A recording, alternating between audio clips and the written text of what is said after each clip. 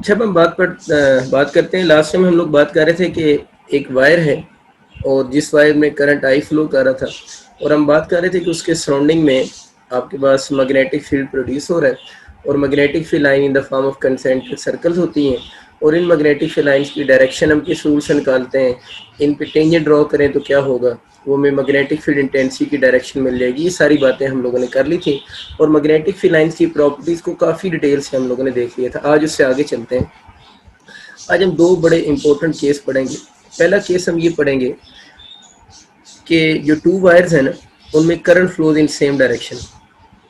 दो वायर्स हैं और उन वायर्स में current flows in same direction, कि उन वायर्स में जो करंट है वो फ्लो कर रहा हो सेम डायरेक्शन में। अगर करंट सेम डायरेक्शन में फ्लो कर रहा हो तो फिर क्या सिचुएशन होगी, उसको ज़रा देखें। सपोज करें ये वायर, इसमें भी करंट लेट से अपवर्ड फ्लो कर रहा है और इसमें भी करंट अपवर्ड ही फ्लो कर रहा है, दोनों वायर में करंट अपवर्ड फ्लो कर रहा है। अब आपको पता है कि हम लोगों ने पढ़ा था कि करंट के फ्लो की वजह से इनके सराउंडिंग में मैग्नेटिक फील्ड लाइन प्रोड्यूस होंगी। तो इसकी मैग्नेटिक फील्ड लाइन में बना ले तो आपको पता है इस रूल से हम डायरेक्शन निकालते हैं। तो फिंगर्स को कर्ल करेंगे, थंब पहले करंट की डायरेक्शन में रख के फिर फिंगर्स को कर्ल करेंगे। तो फिंगर्स को कर्ल करें तो इसकी जो मैग्नेटिक फील्ड लाइंस होंगी उनकी डायरेक्शन एंटी क्लॉकवाइज बनेगी। इसकी भी मैग्नेटिक फील्ड लाइन, क्योंकि करंट इसमें भी अपवर्ड ही फ्लो कर रहा है, तो इसकी मैग्नेटिक फील्ड लाइन की डायरेक्शन भी एंटी क्लॉकवाइज ही बनेगी। इसका मतलब है कि जब दो वायर्स में सेम डायरेक्शन में करंट फ्लो कर रहा होगा तो देखिए यहाँ पर मैग्नेटिक फील्ड की डायरेक्शन किधर है। अगर 3D में देखा जाए तो इनवर्ड है ना, 3D में देखेंगे तो ये लाइन इनवर्ड जा रही है, ठीक है ना, यूँ जा रही है। आप फिंगर्स को कर्ल करो, यूँ इनवर्ड जा रही है और इधर से किधर आ रही है, आउटवर्ड। और इस जगह से इसकी मैग्नेटिक फील्ड लाइन आउटवर्ड है। अगर इसका देखा जाए तो इसकी यहाँ से लाइन इस जगह पर किधर है, इनवर्ड है, और इस जगह पर इसकी लाइन किधर है, आउटवर्ड है। इसका मतलब है कि अगर दो वायर में सेम डायरेक्शन में करंट फ्लो करे तो उन वायर्स के इन बिटवीन की मैं बात कर रहा हूँ, उनके इन बिटवीन क्या होगा कि इन बिटवीन अगर एक का सपोज करें, हम नॉर्थ पोल अज्यूम करते हैं ना, यानी एक का मैग्नेटिक फील्ड किधर आ रहा है, आउटवर्ड, एक का इनवर्ड जा रहा है, तो हम ये कह सकते हैं कि अगर हम इन दोनों के जो पोल्स अगर हम यहाँ पर बनाते हैं तो दोनों के पोल अपोजिट बनेंगे। तो इन बिटवीन बात हो रही है, इन बिटवीन टू वायर्स। अगर वो पोल्स की बात करेगा तो हम बोलते हैं दोनों के अपोजिट पोल बनेंगे। हम नॉर्मली अपनी आसानी के लिए करते होते हैं, हम इनवर्ड को नॉर्थ मान लेते हैं और आउटवर्ड को साउथ अज्यूम करते हैं। ये अजम्पशन है। वैसे इनवर्ड मैग्नेटिक फील्ड लाइन को हम नॉर्थ अज्यूम करते हैं और आउटवर्ड को क्या अज्यूम कर लेते हैं, साउथ। तो फिर इनवर्ड को आप नॉर्थ ही समझेंगे। अब जहाँ पर भी इनवर्ड आएगा आप उसको माइंड में वैसे नॉर्थ रख लेंगे और आउटवर्ड जो होगा उसको आप साउथ ही अज्यूम करेंगे।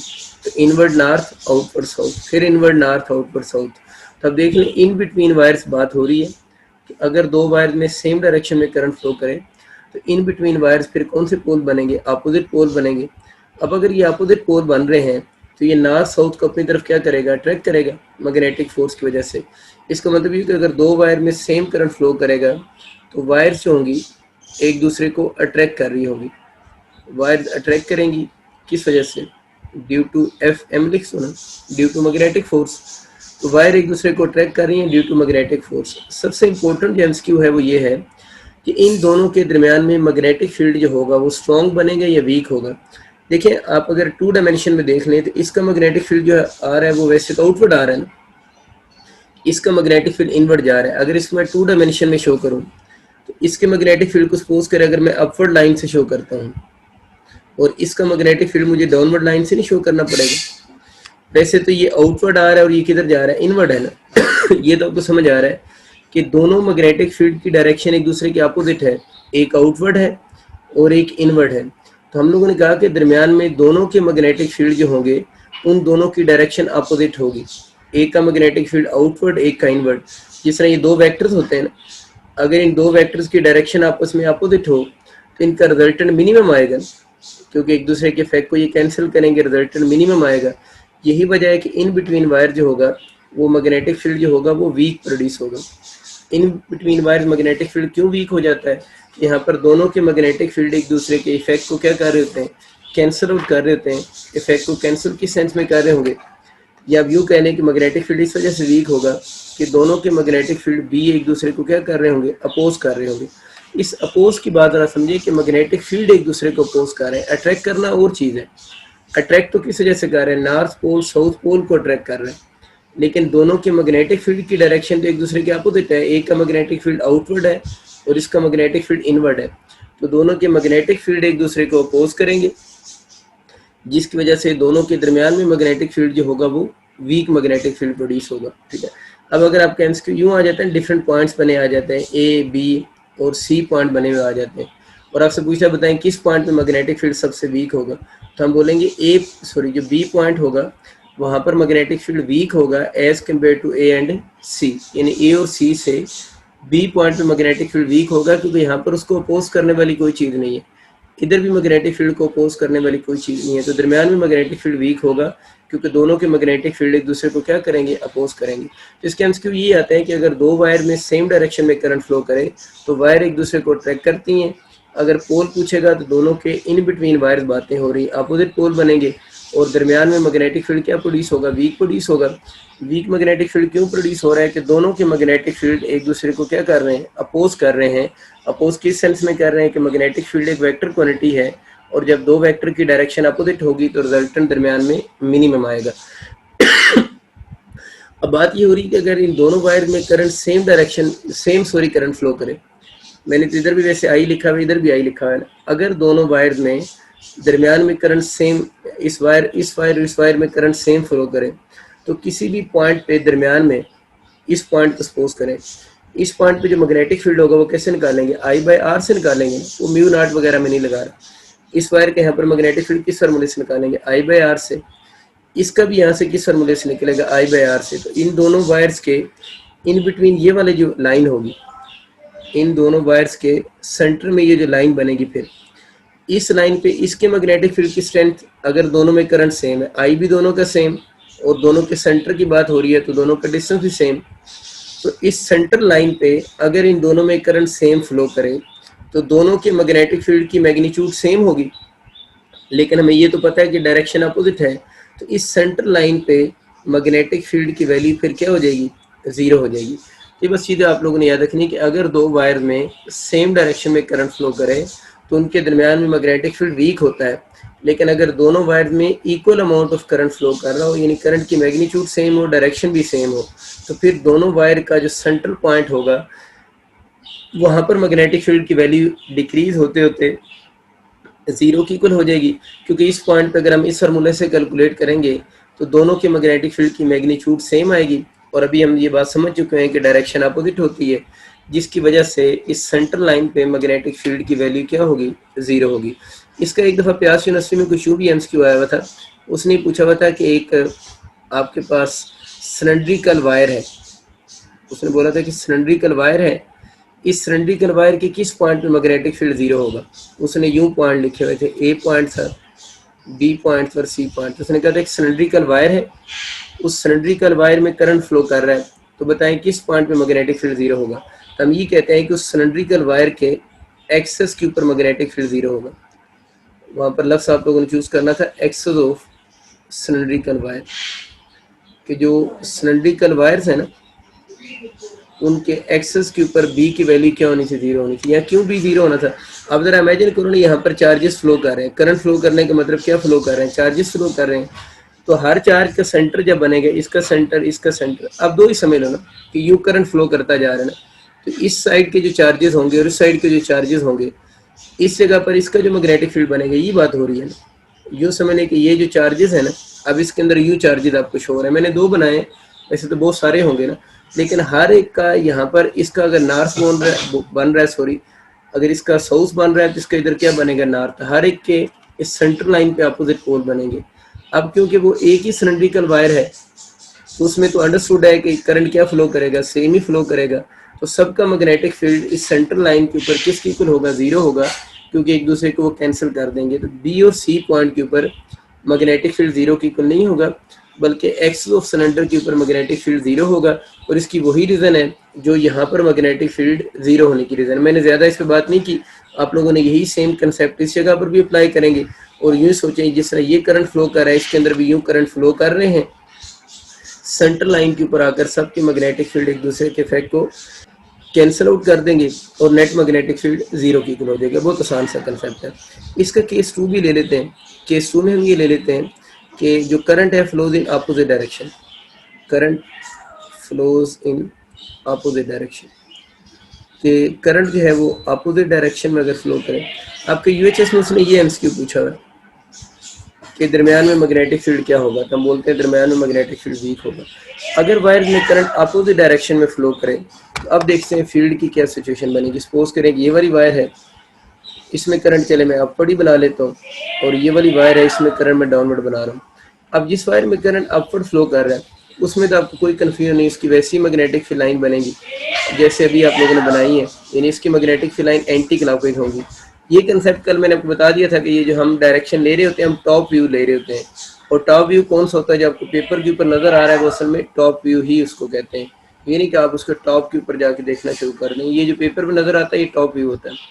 अगर इसमें से करंट डाउनवर्ड फ्लो करेगा तो आप यूं निकालोगे ना, तो वो डायरेक्शन कैसे बनेगी, थंब को इधर रख के यूं कर्ल करोगे तो क्लॉकवाइज होंगी।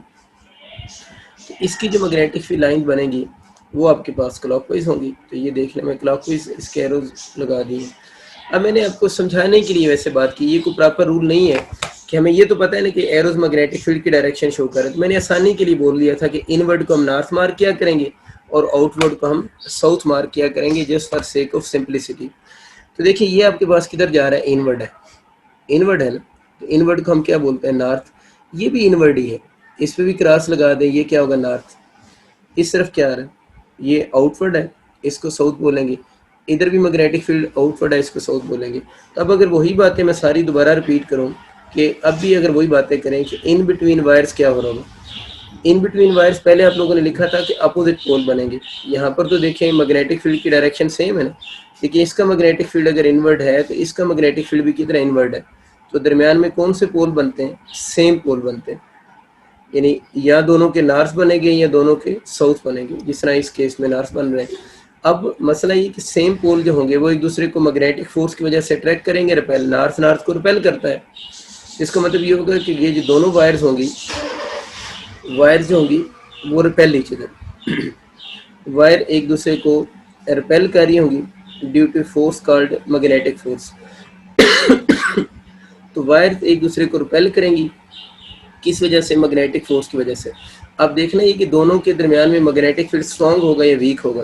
देखिए मैग्नेटिक फील्ड एक वेक्टर क्वांटिटी है, जब दो वेक्टर की डायरेक्शन सेम होगी तो उस वक्त मैग्नेटिक फील्ड दोनों के दरमियान में मैक्सिमम या स्ट्रांग होगा, मैक्सिमम कह लें या स्ट्रांग कह लें। उसकी वजह ये कि दोनों के मैग्नेटिक फील्ड एक दूसरे को क्या करेंगे, सपोर्ट करेंगे। सपोर्ट इन द सेंस कि अगर आप इस पॉइंट पे मैग्नेटिक फील्ड की मैग्नीट्यूड कैलकुलेट करना चाह रहे हैं तो इसका मैग्नेटिक फील्ड अगर सपोज करें 2 टेस्ला आया है, इसका भी 2 टेस्ला आया है, तो नेट आंसर कितना होगा, 4 टेस्ला होगा। कैसे निकालेंगे मैग्नेटिक फील्ड, वो जो एम्पेयर लॉ से निकालते होते हैं ना, B=μ0/2 इंटू I/R से निकालते होते हैं ना, R समझ लें यहाँ से डिस्टेंस है।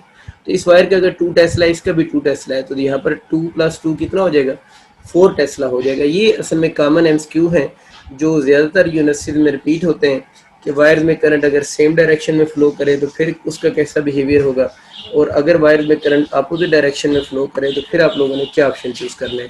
बहुत बेसिक सा और वही सेम एफएससी वाला कंसेप्ट है, इसको आप लोगों ने अच्छे तरीके से तैयार करना है क्योंकि ये डायरेक्ट आपके लेवल की बातें सारी, मतलब इसी तरह की बातें यूएचएस में पूछ भी रहा होता है। थोड़ा सा एडवांस लेवल की भी एक दो बातें करते हैं। देखिए सपोज करें एक वायर है, 2 वायर्स ले लेते हैं, ये 2 वायर्स हैं और दोनों वायर में करंट फ्लो कर रहा है। इस वायर में करंट I1 फ्लो कर रहा है, उसकी मैग्नीट्यूड से 2 एम्पेयर है, और इस वायर में करंट जो है वो I2 फ्लो कर रहा है, इसमें करंट 3 एम्पेयर है। अब हमें पता है कि ये दोनों वायर एक दूसरे को ट्रैक करेंगे, अट्रैक्शन यूँ लगाएंगे, यानी ये वायर भी इसको ट्रैक कर रही है, इसको वायर ए बोल देते हैं, इसको वायर बी, और ये वायर ए जो है वो भी वायर बी को ट्रैक कर रही है। तो ये इसका मतलब है कि दोनों के दरमियान में क्या हो रही है, अट्रैक्शन हो रही है। अब मसला ये कि इनमें से ज़्यादा कौन अट्रैक्ट कर रही है, ए वायर बी को ज़्यादा अट्रैक्ट कर रही है, बी ए को ज़्यादा अट्रैक्ट कर रही है। ये बात तो कन्फर्म होगी कि दोनों अट्रैक्ट कर रही हैं। तो आप लोगों ने याद रखना है इनके दरमियान में जो फोर्स होगी ना, उसका फॉर्मूला I1 I2 होता है। ये मैंने शॉर्ट फॉर्म फार्मूले की लिखी है। इसका मतलब ये हुआ कि ये फोर्स भी दोनों वायर्स के करंट पे डिपेंड करती है। ये वैसे इस फोर्स का, ये जो फोर्स होगी इसका डायरेक्ट रिलेशन होगा I1 और I2 के प्रोडक्ट के साथ। इसका मतलब ये हुआ कि ये जो फोर्स है ये म्यूचुअल फोर्स है। ये बच्चा वैसे ही समझो ना जिससे आप लोगों ने कूलम फोर्स की बात की थी, Q1 Q2 का प्रोडक्ट था। आप लोगों ने फोर्स ऑफ ग्रेविटेशन की बात की थी, मासेस का प्रोडक्ट था। जब प्रोडक्ट आ जाता है तो वो फोर्स कौन सी हो जाती है? Mutual force. इसका मतलब ये कि इसमें कम करंट फ्लो करे या ज़्यादा फ्लो करे, जितनी फोर्स वायर बी ए पर लगा रही है, वायर ए ने भी बी पर उतनी ही फोर्स लगानी है, क्योंकि फोर्स निकालने के लिए आपको दोनों करंट का प्रोडक्ट यूज़ होना है। तो जब प्रोडक्ट यूज़ होना है तो ये एक दूसरे पर फोर्स क्या अप्लाई करेंगे? सेम फोर्स अप्लाई करेंगे। तो अगर आपके एमसीक्यू आ जाता है कि एक दूसरे पर कौन ज़्यादा फोर्स लगा रहा है, तो आप चूज़ करेंगे इस केस में your F A must be equal to क्या होगा? एफ बी होगा। मतलब दोनों वायर एक दूसरे पर फोर्स सेम लगाएंगे। आप इस फार्मूला को माइंड में रख लें और ये कंसेप्ट समझें कि इधर भी प्रोडक्ट आ रहा है, इधर भी प्रोडक्ट, इधर भी प्रोडक्ट, और जहाँ पर भी प्रोडक्ट आता है वो फोर्स म्यूचुअल फोर्स बन जाती है। और म्यूचुअल फोर्स जो होती है वो दोनों एक दूसरे पर फोर्स फिर क्या लगाएंगे? सेम लगाएंगे। अगर इसको मैं प्रॉपर फार्मूला भी लिखूँ ना, यूँ समझ लें कि अगर इन दोनों वायर्स के दरमियान में टोटल डिस्टेंस आर हो, आर अगर आप दरमियान से लेते हैं तो चलिए इसको डी बोल दें, कि दोनों वायर के, एक वायर का दूसरी वायर से डिस्टेंस अगर डी की इक्वल हो तो इन दोनों के दरमियान में, ये बात तो आपसे पूछ सकता है, ये वाला फार्मूले के क्वेश्चन नम्स में आ सकते हैं, वैसे नहीं पूछ सकता यूएचएस या उसमें ईटा में शायद पूछ ले ये बात हमसे कि I1 I2 डिवाइडेड बाय, मैं इस फार्मूले की डेरिवेशन में नहीं जा रहा, आप इसको डायरेक्ट याद रखें। ये फार्मूला होता है एग्जैक्ट फोर्स की मैग्नीट्यूड कैलकुलेट करने का। मतलब इस पर कितनी फोर्स, इस वायर ए पर ये वायर बी कितनी फोर्स लगा रही है, यूँ कह लें, वो भी इसी फार्मूले से निकलेगी। या वायर बी पर वायर ए कितनी फोर्स लगा रही है, वो भी इसी फार्मूले से निकलेगी। ये वाला फार्मूला दोनों केसेस के लिए। इसमें फोर्स ऑफ अट्रैक्शन भी निकल सकती है इसी फार्मूले से, या इसी फार्मूले से फोर्स ऑफ रिपल्शन भी कैलकुलेट होती है। इससे कोई फर्क नहीं पड़ता, अट्रैक्शन हो रही है और रिपल्शन हो रही है। डायरेक्ट करंट अपोजिट डायरेक्शन में होगा तो रिपल्शन होगी।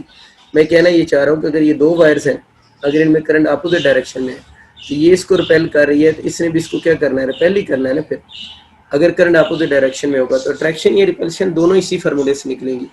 इस फार्मूले के न्यूमेरिकल आने के चांसेस कम होते हैं, लेकिन इसका ये जो छोटा सा पार्ट है ना, ये वाला आपको याद होना चाहिए। डी क्या चीज़ है? दोनों के सेंटर के दरमियान में डिस्टेंस नहीं है, दोनों वायर का आपस में डिस्टेंस है। I1 और I2 दोनों में फ्लो होने वाले करंट है। म्यू नॉट वही परमेबिलिटी और फ्री स्पेस आपको बता दिया था। ये जो फोर्स है असल में इसकी यूनिट न्यूटन नहीं है। ये जो फोर्स है असल में ये फोर्स पर यूनिट लेंथ है और इसकी यूनिट न्यूटन पर मीटर होती है।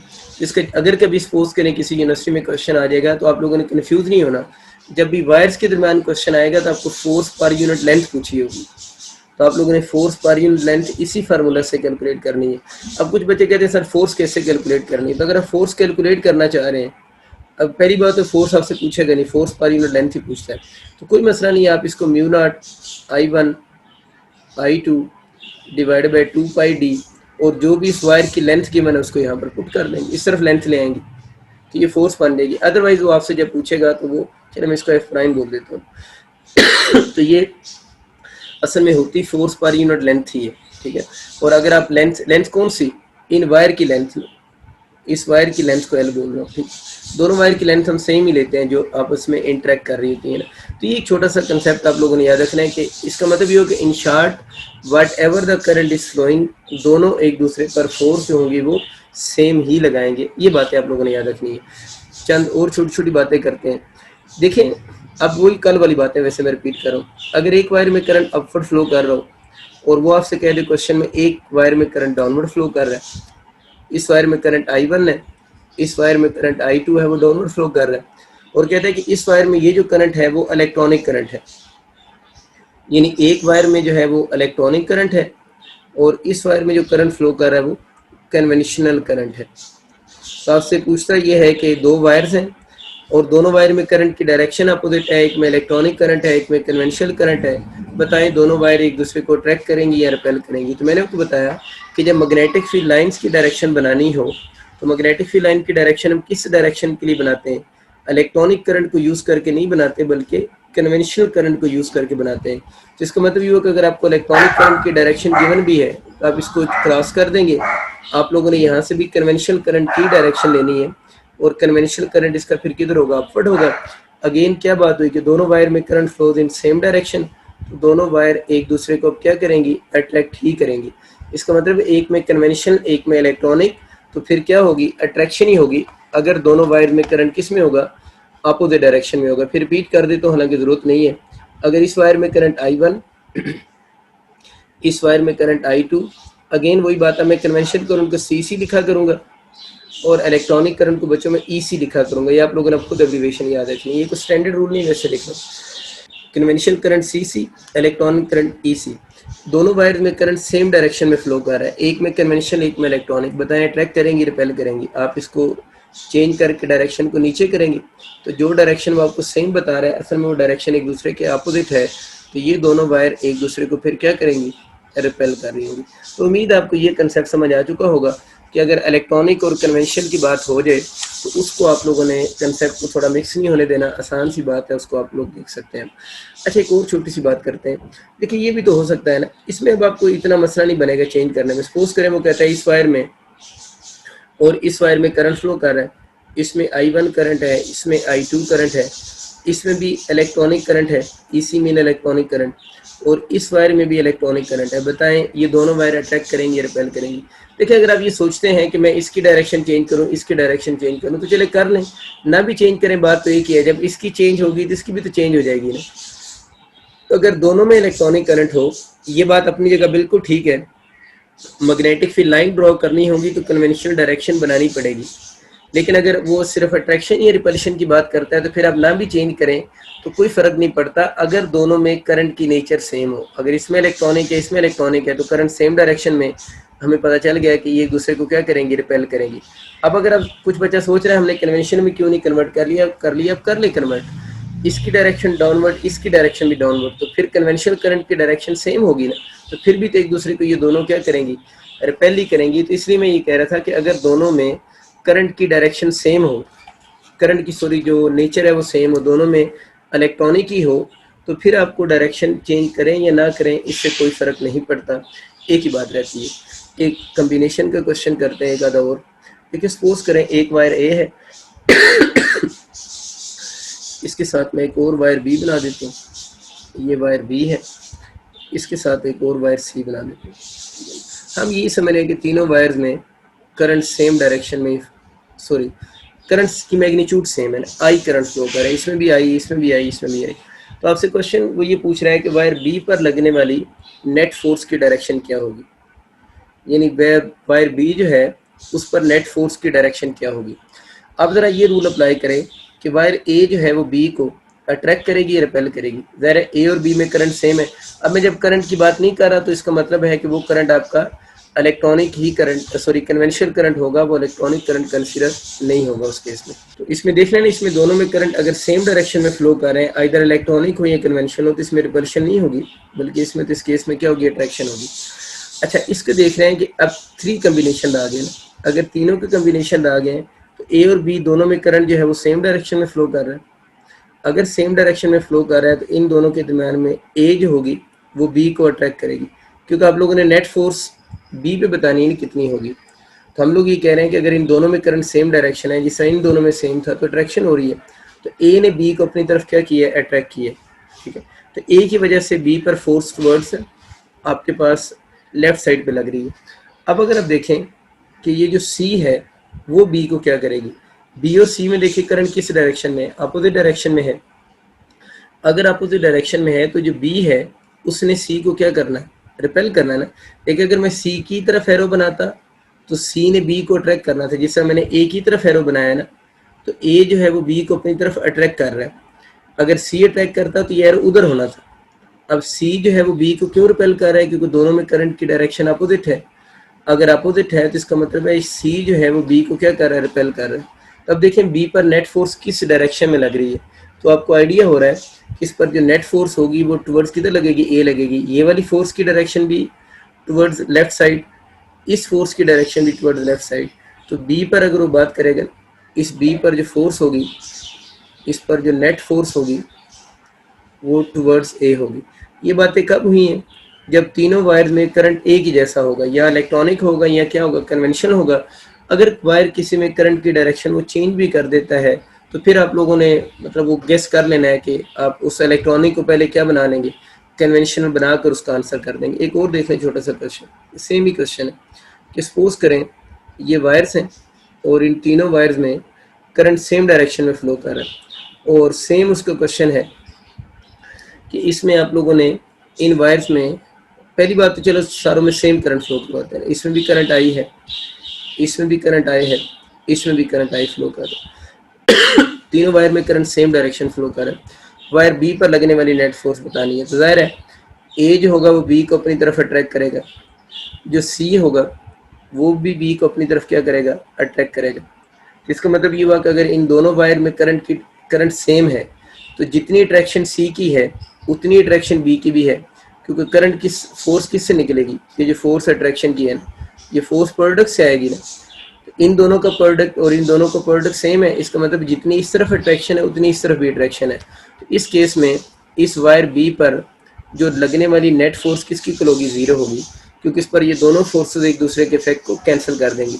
लेकिन अगर इसी क्वेश्चन को बच्चों हम थोड़ा सा डिफरेंट करके देखें ना, अगर मैं ये बात करूं कि सपोज करें ये 3 वायर्स वही मैंने दोबारा बना दी हैं, इस वायर में करंट 2 एम्पेयर है, इस वायर में करंट 2 एम्पेयर, इस वायर में करंट 3 एम्पेयर और इस बी में और सी वायर में करंट जो है वो 5 एम्पेयर कर रहा है। अभी वही हो रहा है कि ये ए जो है वो सी को अट्रैक्ट कर रही है, ये भी इसको अपनी तरफ क्या कर रही है, अट्रैक्ट कर रही है। अब देखिए इनके अट्रैक्ट अगर प्रोडक्ट सिर्फ बात करें, हम डिस्टेंस नहीं इन्वॉल्व कर रहे, तो अगर हम इन दोनों को प्रोडक्ट लिखें, इस फोर्स को चलो मैं बच्चों F1 आपकी आसानी के लिए दोनों, ठीक है, इन दोनों के दरमियान में इस तरफ जो फोर्स ऑफ अट्रैक्शन लग रही है वो कैसे निकालेंगे, प्रोडक्ट से निकालेंगे। 3 2 6, इनका प्रोडक्ट 6 बनता है। इस फोर्स को मैं F2 बोल देता हूँ। F2 फोर्स को अगर सिर्फ प्रोडक्ट से देखें ना, डिस्टेंस हम लोगों ने सारों की इक्वली लिए हुए, क्योंकि हम MCQ कर रहे हैं, उसको कम्प्लेक्स तो नहीं करेंगे कि डिस्टेंस को भी चेंज करें। तो इन दोनों को प्रोडक्ट देखें तो वो कितना होगा, 15 होगा।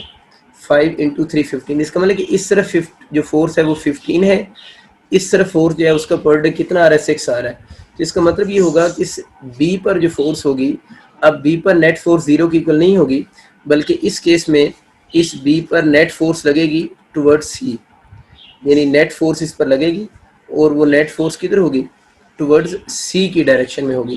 तो ये थोड़ा सा ख्याल रखना है कि अगर करंट की मैग्नीट्यूड डिफरेंट गिवन हो तो फिर आप लोगों ने डायरेक्ट वो अपना जो शॉर्टकट नहीं है प्रोडक्ट वाला, ये बच्चों मैंने अप्लाई किया, ये वाला बल्कि ऊपर लिखा हुआ है, इससे आप गेस कर लेंगे कि जिस तरफ प्रोडक्ट ज्यादा बन रहा हो फोर्स उस तरफ चली जाएगी।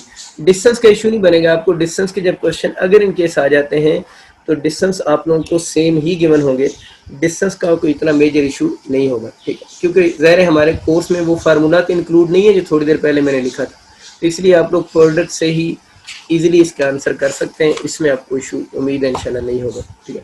आगे थोड़ा सा चलते हैं। एक क्वेश्चन है लास्ट ईयर नम्स में उसने पूछा हुआ था, मैं उस क्वेश्चन को लिख देता हूँ। लास्ट ईयर से पिछले साल था 2018 में। वो क्वेश्चन ये था कि 2 electrons are moving, 2 electron beam are moving parallel to each other, 2 electron beams are moving parallel to each other, then which of the following is correct, then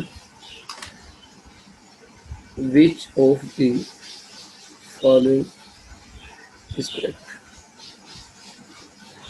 पूछ रहा है कि इनमें से करेक्ट ऑप्शन कौन सा होगा। इसमें ए ऑप्शन बच्चे लिखा हुआ था कि वो दोनों इलेक्ट्रॉन बीम एक दूसरे को अट्रैक्ट करेंगी, बी ऑप्शन लिखा हुआ था कि दोनों इलेक्ट्रॉन बीम एक दूसरे को रिपेल करेंगी, सी ऑप्शन था कि डिपेंड ऑन स्पीड, ठीक है, और डेल्टा ऑप्शन था नन ऑफ दीज, ठीक है। अच्छा अब इसमें मसला ये है ना कि 2 इलेक्ट्रॉन बीम मूव कर रही हैं, तो सपोज करें ये वाली एक इलेक्ट्रॉन बीम जा रही है और इस तरफ भी जो है वो एक इलेक्ट्रॉन बीम ही जा रही है। अब दोनों इलेक्ट्रॉन बीम्स अगर मूव कर रही हैं तो असल में जो फोर्स होती है यानी मैग्नेटिक फोर्स ऑन चार्ज, एक चार्ज की दूसरे चार्ज पर, ज़ाहिर है इस इलेक्ट्रॉन का इस तरफ मैग्नेटिक फील्ड होगा ना, इस इलेक्ट्रॉन का इस इलेक्ट्रॉन के पास क्या होगा, मैग्नेटिक फील्ड होगा। यानी मैं ये इस फार्मूले की बात करना चाह रहा हूँ असल में, Q V B sine theta, आप इधर से आ जाए क्योंकि अपनी बुक से इसको समझ लें। तो हमें पता है Q V B sine theta होगा कि इस इलेक्ट्रॉन बीम का मैग्नेटिक फील्ड के अंदर ये वाला इलेक्ट्रॉन है, इस इलेक्ट्रॉन के मैग्नेटिक फील्ड में ये वाला इलेक्ट्रॉन है, तो दोनों एक दूसरे पर मैग्नेटिक फोर्स लगाएंगे और वो जो मैग्नेटिक फोर्स होगी वो डिपेंड करेगी इनकी स्पीड पे। तो जो मैग्नेटिक फोर्स होती है ना, वैसे अगर चार्जेस के सवाल आ जाए, मैग्नेटिक फील्ड जो होगी, जो फोर्स होगी वो डिपेंड करेगी, डिपेंड ऑन स्पीड, वो स्पीड पे डिपेंड कर रही होती है। लेकिन ये बात तो कंफर्म है कि इलेक्ट्रॉन का इलेक्ट्रिक फील्ड भी होगा, और जो इलेक्ट्रिक फोर्स होती है, अगर हम इलेक्ट्रिक फोर्स की बात करें तो इलेक्ट्रिक फोर्स जो होगी वो तो E इंटू क्यू होती है। इस फार्मूले में तो कहीं स्पीड का जिक्र नहीं है। अब कुछ बच्चे अक्सर मुझसे कहते हैं सर इससे पिछला फार्मूला आप क्यों नहीं अप्लाई कर ले, सॉरी F1 I1 I2 क्यों नहीं लिख रहे। देखिए करंट जो है वो rate of flow of charge नहीं होता, तो rate of flow of charge में क्या चार्जेस की स्पीड इन्वॉल्व नहीं हो रही होती, वो इनडायरेक्टली स्पीड तो इन्वॉल्व हो रही होती है। करंट जो होता है वो अगर इलेक्ट्रॉन फास्ट मूव करते हैं तो करंट ज़्यादा होगा, इसका मतलब है स्पीड वहाँ पर इनडायरेक्टली इन्वॉल्व हो ही रही होती है। मैं इसलिए इसको समझा रहा हूँ क्योंकि हमारे कोर्स में ये वाला फार्मूला है ना। इसका मतलब ये कि जो इलेक्ट्रिक फोर्स होगी वो जो होगी वो नॉट डिपेंड ऑन स्पीड, वो स्पीड पे डिपेंड नहीं करेगी। इलेक्ट्रिक फोर्स जो होगी वो नॉट डिपेंड ऑन स्पीड, कि इलेक्ट्रिक फोर्स जो होती है वो आपको पता है स्पीड पे डिपेंड नहीं करती, ठीक है ना। इसका मतलब ये हुआ कि अगर आपका क्वेश्चन आ जाए ना, ये ज़रा ध्यान सुनिएगा कि two electron beam are moving parallel to each other, मतलब दोनों की डायरेक्शन सेम है, तो then which of the following is correct, कौन सी चीज़ करेक्ट होगी।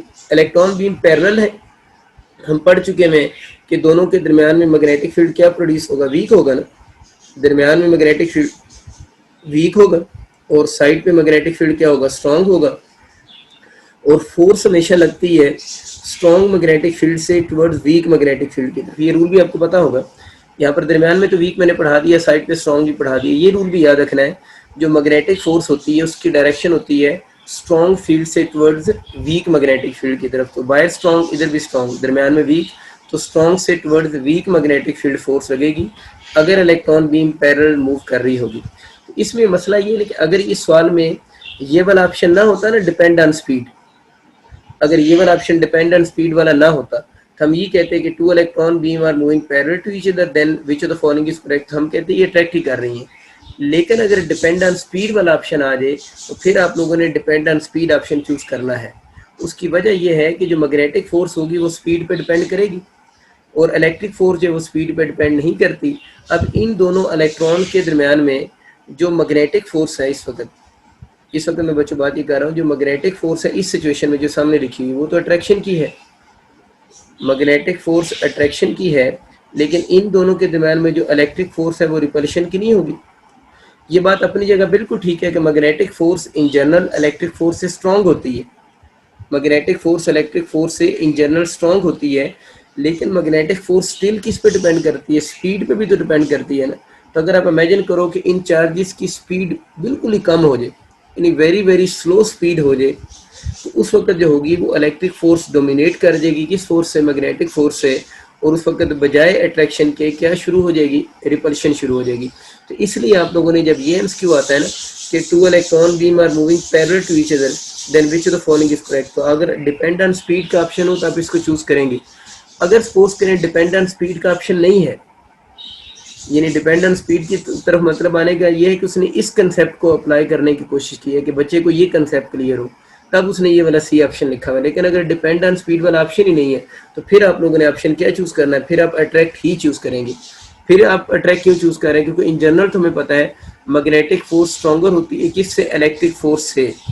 लेकिन अगर डिपेंड ऑन स्पीड वाली फिर बात रिपीट कर रहा हूँ तो फिर वो ये कंसेप्ट आपको समझाना चाह रहा है कि ये फोर्स स्पीड पे डिपेंडेंट होती है, ये वाली फोर्स स्पीड पे डिपेंडेंट नहीं है। और फोर्स अट्रैक्शन भी हो सकती है, रिपल्शन भी हो सकती है। अट्रैक्शन तो होनी चाहिए स्पीड की वजह से, मैग्नेटिक फोर्स वो स्पीड की वजह से होनी चाहिए, इसका तो स्पीड के साथ कोई तल्लक नहीं है। तो अब अट्रैक्शन डोमिनेट करेगी या रिपल्शन डोमिनेट करेगी, फिर डिसाइड किसने करना है, स्पीड नहीं करना है। और इन जनरल हम क्या बात करते हैं कि फोर्स हमेशा क्या रहती है, अट्रैक्शन ही रहती है, क्योंकि इन जनरल मैग्नेटिक ज़्यादा ही होती है किससे, इलेक्ट्रिक से। तो ये एक एमसीक्यू आप लोगों ने नोट कर लेना है।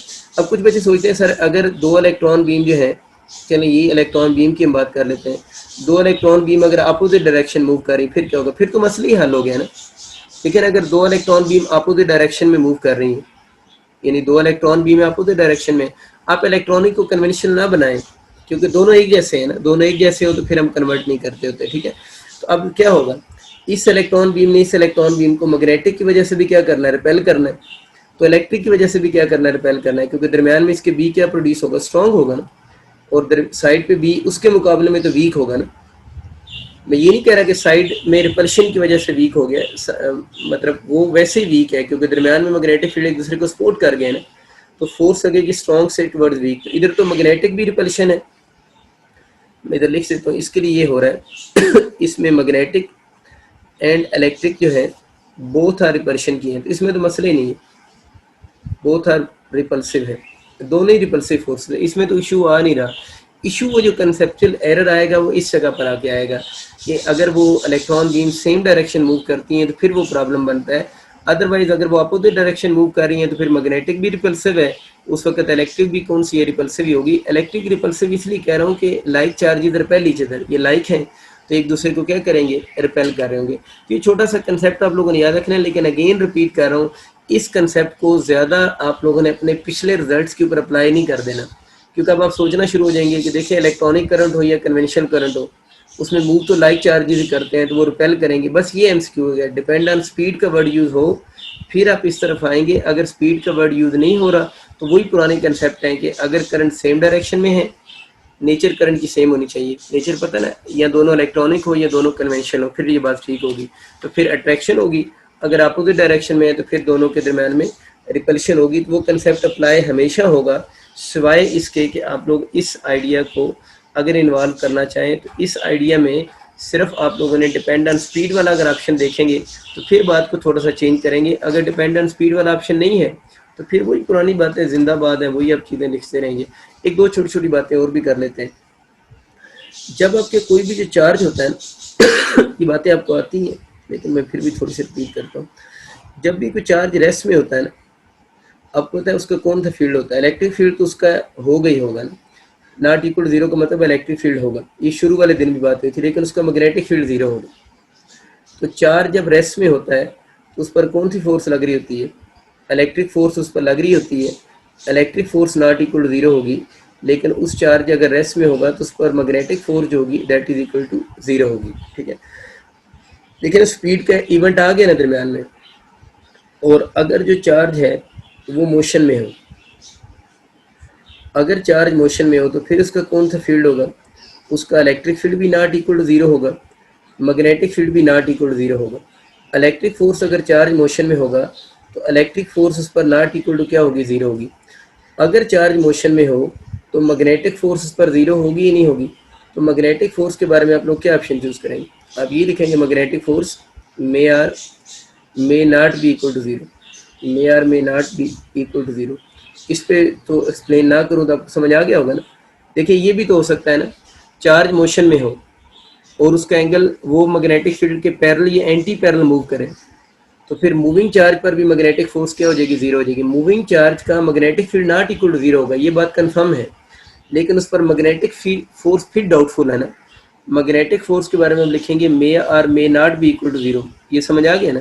मैं फिर भी आपके लिए हिंट लिख देता हूँ। हिंट ये है कि अगर आपके पास उसका थीटा 0 डिग्री या थीटा कितना हो जाए 180 हो जाए तो होगा वो मूविंग ही, लेकिन फिर भी तो मैग्नेटिक फोर्स जीरो हो सकती है ना। और अगर आपके पास थीटा जो होगा वो नॉट इक्वल टू जीरो हो, नॉट इक्वल टू 180 हो, यानी इनके अलावा हो, तो फिर magnetic force not equal to क्या होगी, जीरो होगी। बात आपको आती है, लेकिन फिर मैंने दोबारा इसलिए रिपीट की है कि आप कहीं जल्दी में इस चीज़ को गलत ना कर दें इस चीज़ को आप लोगों ने याद रखना है। अच्छा, कुछ यूनिवर्सिटीज में इशू छोटा सा ये बनता है कि वो साथ में ग्रेविटेशन फील्ड को भी इन्वॉल्व कर लेता है। देखें चार्ज किस पर होता है, किसी बॉडी पर चार्ज होता है नॉर्मली हम फिर उसके अंदर किसी बॉडी पर चार्ज लेते हैं, तो जिस बॉडी पर चार्ज होगा उस बॉडी की मास तो होगी, जिस बॉडी पर चार्ज होगा उस बॉडी की मास तो होगी।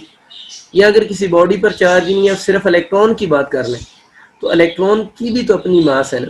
अगर आइसोलेटेड इलेक्ट्रॉन ही पड़े हुए हो, दो इलेक्ट्रॉन पड़े हुए हैं आइसोलेटेड है, तो दोनों इलेक्ट्रॉन की मास तो है, मास की वजह से उनका कौन सा फील्ड होगा, ग्रेविटेशन फील्ड होगा। तो जब कभी चार्जेस के फील्ड की बात हो ना, चार्जेस के फील्ड की बात हो तो हम इलेक्ट्रिक और मैग्नेटिक को ही डिस्कस करते हैं।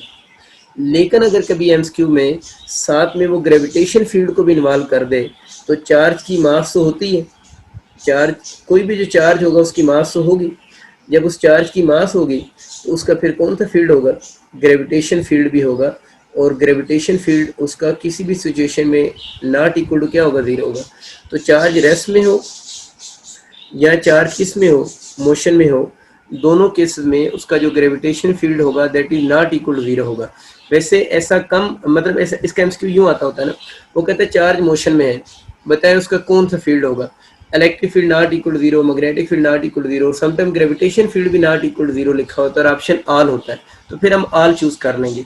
लेकिन अगर किसी क्वेश्चन में इन्हीं दो को फोकस किया जा रहा है तो फिर आप ये सोचेंगे नहीं कि सवाल में वो ग्रेविटेशन फील्ड को क्यों डिस्कस नहीं कर रहा, क्योंकि ये बातें तो आपको पता है ना। ओवरऑल अगर देखा जाए तो जो फोर्सेस की स्ट्रेंथ है, मैग्नेटिक फोर्स स्ट्रॉन्गर होती है इलेक्ट्रिक से, और इलेक्ट्रिक स्ट्रॉन्गर होती है ग्रेविटेशन से, और ग्रेविटेशन फोर्स जो होती है वो इन फोर्सेस के मुकाबले में नेग्लिजिबल है। तो नॉर्मली हम ग्रेविटेशन फोर्स को डिस्कस नहीं करते चार्जेस को जब पढ़ रहे होते हैं ना, लेकिन ये तो सवाल पे डिपेंड करता है कि अगर किसी क्वेश्चन में इस तरह की कोई बात कर दे तो फिर आप लोगों ने याद रखना है कि हाँ ग्रेविटेशन फील्ड भी एग्जिस्ट तो करता है लेकिन हम उसको डिस्कस नहीं करते। लेकिन अगर एग्जामिनर किसी एमसीक्यू में इसको घुसेड़ने की कोशिश करे तो आप लोगों ने याद रखना है कि हाँ वाकई ये वाला फील्ड भी होगा। ठीक है, मैंने एक बात आपको लास्ट टाइम बताई थी कि अगर इस वायर में करंट फ्लो कर रहा है ना, तो इस वायर के अपने मैग्नेटिक फील्ड की वजह से, इस वायर के अपने मैग्नेटिक फील्ड की वजह से इस पर जो मैग्नेटिक, इस पर मैग्नेटिक फील्ड तो होगा इसका, इस मैग्नेटिक फील्ड की वजह से इस वायर पर जो फोर्स होगी वो 0 होगी। यानी किसी स्ट्रेट वायर के ओन मैग्नेटिक फील्ड की वजह से उस पर मैग्नेटिक फोर्स अप्लाई नहीं होती।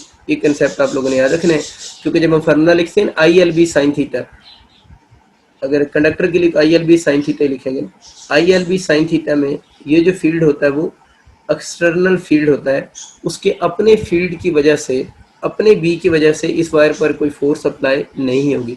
वो बेसिक सा कंसेप्ट मैंने पहले ही बताया था, फिर मैं रिवाइज करवा रहा हूँ। मैंने रिवाइज एक वजह से करवाया, वो वजह सिर्फ सुन लें। देखिए ये वाली बात हो रही है स्ट्रेट वायर की, इसके साथ लिख भी लेना ताकि आपको याद भी रहे। ये बात हो रही है स्ट्रेट वायर की, स्ट्रेट वायर की अपने मैग्नेटिक फील्ड की वजह से उस पर कोई फोर्स अप्लाई नहीं होती।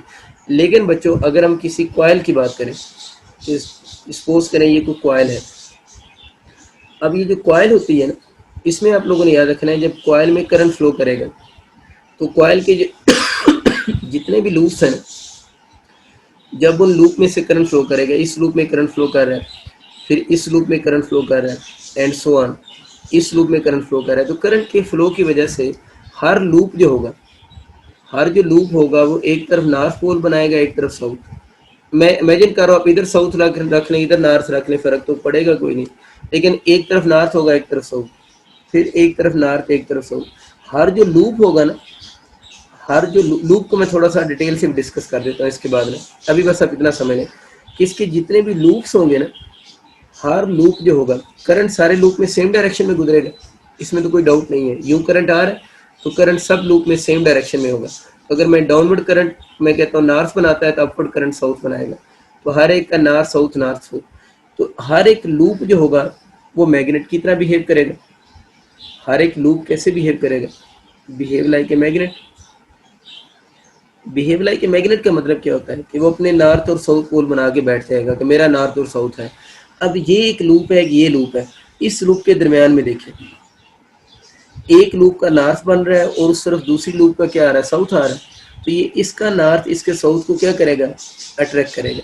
ये लम्स में उसने क्वेश्चन दिया था कि अगर एक कॉइल में से करंट फ्लो करे, कॉइल की बजाय वो लफ्ज सोलनाइट भी बोल सकता है, सोलनाइट भी लफ्ज यूज कर सकता है, कॉइल भी वर्ड यूज कर सकता है। मैंने बताया था यूएचएस में पहले सोलनाइट होता था, अब नहीं है, लेकिन ये क्वेश्चन तो आ सकता है। ये तो जनरल कॉइल का क्वेश्चन है कि अगर किसी कॉइल में करंट फ्लो करे तो उस कॉइल के कोई सी भी एक कॉइल पूरी है ना, ये उसका एक ये वाला लूप है, एक ये वाला लूप है, इन दो लूप्स के आपस दरमियान में कौन से पोल बन रहे हैं, अपोजिट पोल। अपोजिट पोल एक दूसरे को ट्रैक करेंगे, तो जिसकी वजह से कॉइल या सोलनाइट जो होगी इसने बच्चे श्रिंक कर जाना। ये बस आप लोगों ने एमसीक्यू के लिए याद रखना है। वो आपसे पूछेगा कि ये कॉइल श्रिंक करेगी या लेंथ डिक्रीज होना भी लफ्ज बोल सकता है, या लेंथ या वो एक्सपेंड करेगी या उस पर कोई इफेक्ट नहीं होगा। तो आप लोगों ने याद रखना है कि अगर किसी कॉइल में करंट फ्लो करेगा तो उस केस में उस कॉइल ने जो है वो श्रिंक हो जाना है। श्रिंक क्यों हो रही है वो मैंने आपको डायग्राम बनाकर समझा दिया है कि उसके दरमियान में जो पोल बन रहे हैं वो अपोजिट पोल बनेंगे। एक और पास पेपर के एमसीक्यू लेते हैं, उसके बाद आगे चलते हैं। देखिए सपोज करें ये कोई कॉइल है ना, या सोलनाइट जैसी है बिल्कुल, या सोलनाइट भी कह सकते हैं, ये कॉइल या सोलनाइट है, इसमें से करंट फ्लो हो रहा है। हमें पता है कि इसके आउटसाइड भी मैग्नेटिक फील्ड होगा और आउटसाइड मैग्नेटिक फील्ड नेग्लिजिबल होता है, वीक होता है और अप्रोक्सीमेट इक्वल टू हम 0 लेते हैं। कॉइल के आउटसाइड मैग्नेटिक फील्ड वीक होता है और इसका हम अप्रोक्सीमेट 0 कंसीडर करते हैं। लेकिन जो कॉइल के इनसाइड होता है ना, कॉइल के इनसाइड जो मैग्नेटिक फील्ड होगा वो आप लोगों ने याद रखना है। कॉइल के इनसाइड जो मैग्नेटिक फील्ड होगा वो यूनिफॉर्म मैग्नेटिक फील्ड होगा, बस ये लफ्ज़ काफ़ी है। यूनिफॉर्म भी होगा, यूनिफॉर्म एंड स्ट्रॉन्ग भी लिख सकता हूँ, uniform and strong magnetic field होगा। वो डिपेंड करता है करंट की डायरेक्शन किधर है। कि करंट की डायरेक्शन का मतलब ओवरऑल एक तरफ नॉर्थ पोल बनेगा और एक तरफ बच्चों क्या बनेगा, साउथ पोल बनेगा। इससे फर्क नहीं पड़ता नॉर्थ इधर हो साउथ इधर हो, वो तो डिपेंड करेगा किसकी डायरेक्शन पे, करंट की डायरेक्शन पे। तो ये जो मैग्नेटिक फील्ड होगा या तो इसकी डायरेक्शन इस तरफ होगी या इसकी डायरेक्शन इस तरफ होगी, मतलब लेकिन होगा मैग्नेटिक फील्ड इसी लाइन के अलाउंग। अब सवाल ये है, सवाल ये आ रहा है कि अगर कोई कॉइल है, उस कॉइल के अंदर अगर कोई इलेक्ट्रॉन इंटर हो, अगर उस कॉइल के अंदर इलेक्ट्रॉन इंटर हो और वो इलेक्ट्रॉन मूव करे पैरेलल टू, इलेक्ट्रॉन मूव करे parallel to axis of coil या सोलेनाइड, कि इलेक्ट्रॉन इंटर हुए और इलेक्ट्रॉन मूव कर रहा है parallel to axis of coil और सोलेनाइड, कि इलेक्ट्रॉन कॉइल के एक्सिस के पैरेलल मूव कर रहा है। देखिए अगर इलेक्ट्रॉन कॉइल के एक्सिस के पैरेलल मूव कर रहा है तो उस इलेक्ट्रॉन की वेलोसिटी और जो मैग्नेटिक फील्ड होगा उन दोनों के दरम्यान में क्या पॉसिबिलिटी, या तो एंगल 0 डिग्री बनेगा या एंगल कितने डिग्री बनेगा, 180 डिग्री। इसमें कंफ्यूज ना हो किधर नॉर्थ बनता है किधर साउथ बनता है, वो तो करंट पे डिपेंड करेगा ना। ये बात ज़रूर है कि या एंगल 0 डिग्री होगा या उसकी वेलोसिटी और मैग्नेटिक फील्ड में एंगल 180 डिग्री होगा।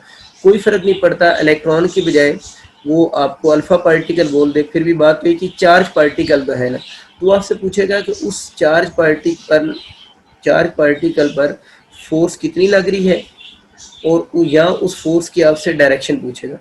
या तो फोर्स की मैग्नीट्यूड पूछ सकता है या बच्चों आपसे फोर्स की डायरेक्शन पूछ सकता है। तो मैंने आपको सारी स्टोरी तो बता दी है कि किसी भी कॉइल या सोलेनाइड के इनसाइड मैग्नेटिक फील्ड स्ट्रॉन्ग भी होगा और यूनिफॉर्म भी होगा, और वो जो मैग्नेटिक फील्ड होगा वो parallel to axis of coil या सोलेनाइड होगा। और जब कोई भी चार्ज पार्टिकल उस एक्सिस के पैरेलल मूव करेगा तो बी के साथ वी और बी के एंगल या 0 डिग्री बनेंगे या 180, और हमें पता है कि एंगल 0 डिग्री हो या 180 डिग्री हो, उस केस में साइन 0 पे भी 0 ही आता है और साइन 180 पे भी 0 ही आता है, तो उस पर लगने वाली फोर्स क्या होगी, 0 होगी। जब फोर्स ही बच्चों 0 होगी तो जो चीज़ है ही नहीं, इसका मतलब है उसकी कोई डायरेक्शन का भी कंसेप्ट नहीं होगा। तो हम बोलेंगे उस चार्ज पर लगने वाली जो फोर्स है उस फोर्स की मैग्नीट्यूड ही 0 आ रही है, और जब बच्चों फोर्स की मैग्नीट्यूड ही 0 हो गई है इसका मतलब है कि उस चार्ज पर जो फोर्स लग रही है उसका फिर डायरेक्शन का कोई कंसेप्ट एग्जिस्ट नहीं करता।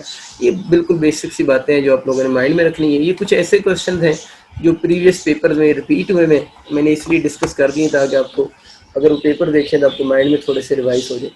नेक्स्ट टॉपिक की बात करते हैं, E/M रेशियो ऑफ इलेक्ट्रॉन। ये इस यूनिट का आपका लास्ट टॉपिक है, E/M रेशियो ऑफ इलेक्ट्रॉन। इस यूनिट में आप जब पास पेपर देखेंगे ना MD कैट वाले, तो बहुत सारे क्वेश्चन CRO के भी होंगे और ज़्यादातर क्वेश्चन सोलेनाइड के भी आए हुए होंगे पास पेपर में। अब न्यू कोर्स में ना तो CRO इंक्लूड है और ना ही सोलेनाइड इंक्लूड है, तो इसलिए उनके क्वेश्चन अब हम सॉल्व नहीं करेंगे, हम जस्ट जो टॉपिक इंक्लूड है वही करेंगे। E/M रेशियो का आपके प्रीवियस पेपर में एज सच को क्वेश्चन इसलिए नज़र नहीं आएंगे क्योंकि ये वाला टॉपिक उन्होंने नया टॉपिक ऐड किया है, पहले E/M ratio of electron course में नहीं होता था, ठीक है। इसमें इंफॉर्मेशन भी हैं तो आप लोग उन इंफॉर्मेशन को नोट कर लें। E/M रेशियो ऑफ इलेक्ट्रॉन को अगर पूछते हैं एक्यूरेटली जो था वो डिटरमाइंड बाय, ये केमिस्ट्री में भी आप लोगों ने पढ़ा हुआ है, accurately determined by J.J. Thomson. इसको एक्यूरेटली डिटरमाइन किया था J.J. थॉमसन ने इन 1897, मेरा ख्याल है डेट नहीं थी, 1897 में इसने एक्यूरेटली डिटरमाइन किया था। इससे पहले भी E/M रेशियो पे काम हुआ था लेकिन एक्यूरेट रिजल्ट इसी के थे। और E/M रेशियो ऑफ इलेक्ट्रॉन आपको याद भी है, E पता है ना, चार्ज एन इलेक्ट्रॉन, M क्या है, mass of electron, E charge an electron, M mass of electron. तो केमिस्ट्री में आप इसकी वैल्यू भी पढ़ते होते हैं, 1.75 × 10⁻11, चार्ज की यूनिट कूलम, मास की यूनिट kg होगी। तो E/M रेशियो ऑफ इलेक्ट्रॉन आप लोगों ने, मैं इलेक्ट्रॉन छोटा सा लिख के देता हूँ, याद भी रखनी है कि 1.75 × 10⁻11 कूलम और पर kg की इक्वल होगी, ठीक है। अब अगर हम डिफरेंट पार्टिकल की E/M रेशियो की बात करें तो ये चार्ज टू मास रेशो है ना, मैं नीचे ऑर्डर लिख देता हूँ, जल्दी बात हो जाएगी। आप लोगों ने याद रखनी है कि E/m रेशो ऑफ इलेक्ट्रॉन जो होगी ना वो ज़्यादा होगी than E/m ratio of proton से। ऐसा क्यों हुआ है?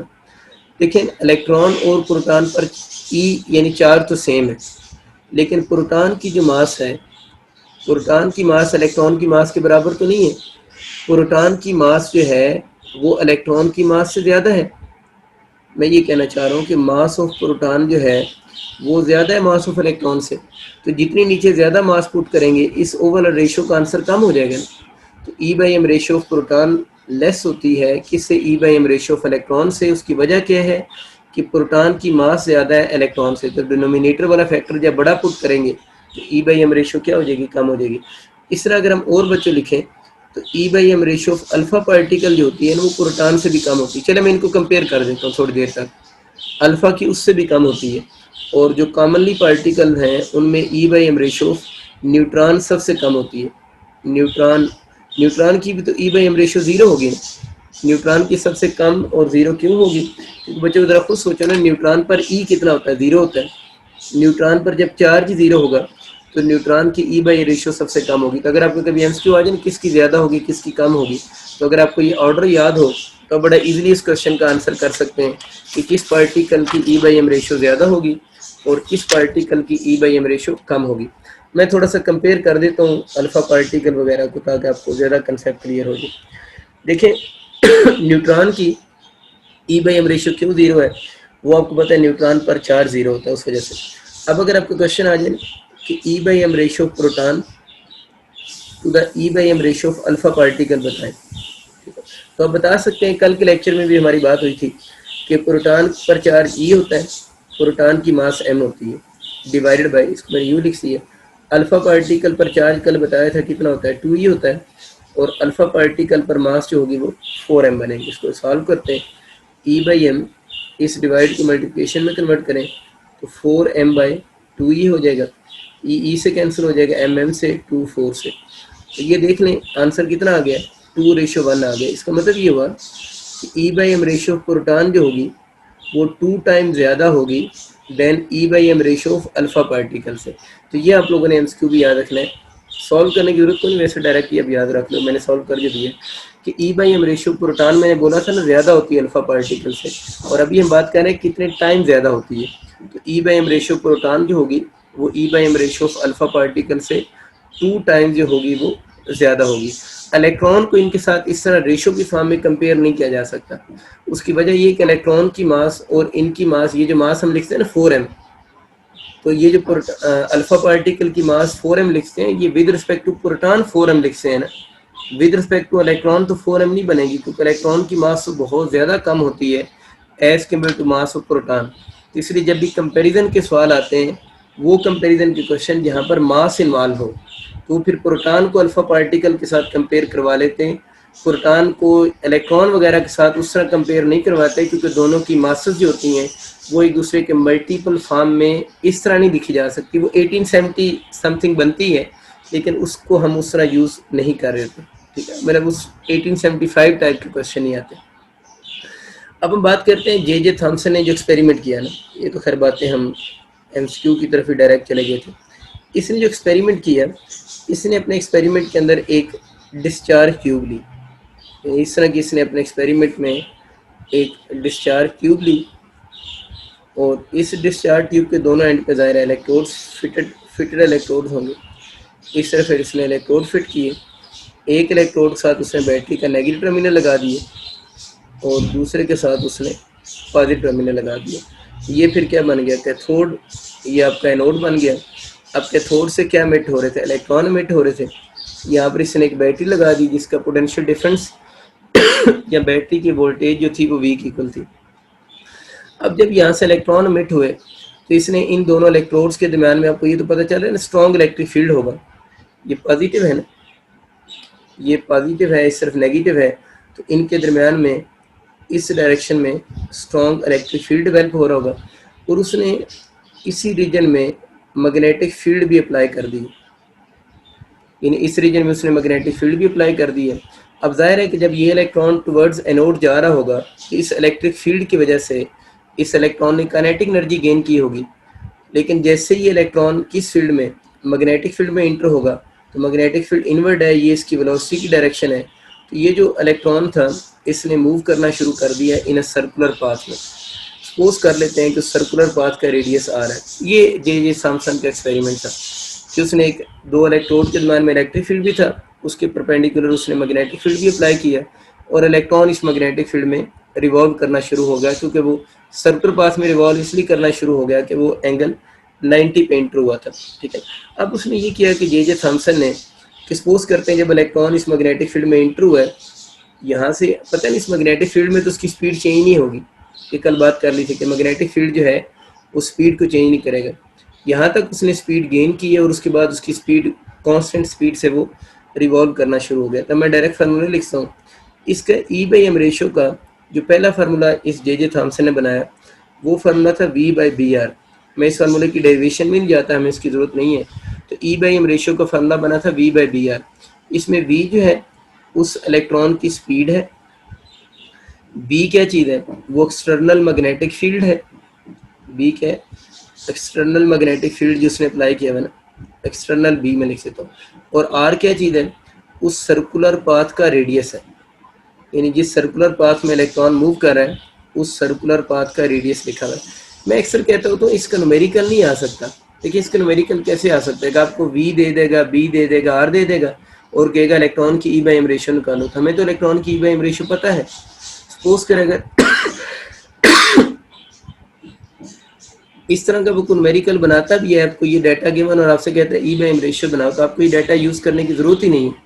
अब वैसे E/m रेशो में पता है 1.75 इंटू पावर 11, तो आपके पास डायरेक्ट E/m रेशो का आंसर में याद है।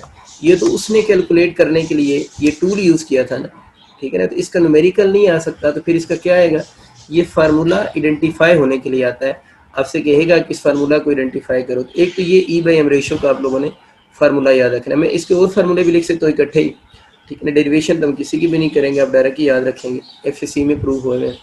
एक E/m रेशो का फार्मूला आप लोगों ने और भी याद रखना है, वो 2V डिवाइडेड बाय, ये सिर्फ आइडेंटिफाई होने के लिए आता है, B स्क्वायर और R स्क्वायर। B और R तो वही पुरानी बातें हैं।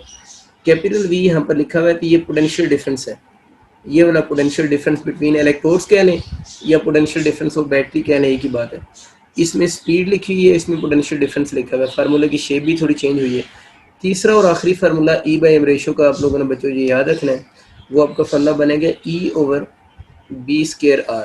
ये तीन फार्मूले। E यहाँ पर क्या नई चीज़ आई है, वो इलेक्ट्रिक फील्ड इंटेंसिटी है। अब इसके क्वेश्चन तीन तरह के आएंगे, वो ज़रा सुने, न्यूमेरिकल नहीं आएंगे, क्योंकि हमें पता है E/m रेशो का हमें जवाब आता है।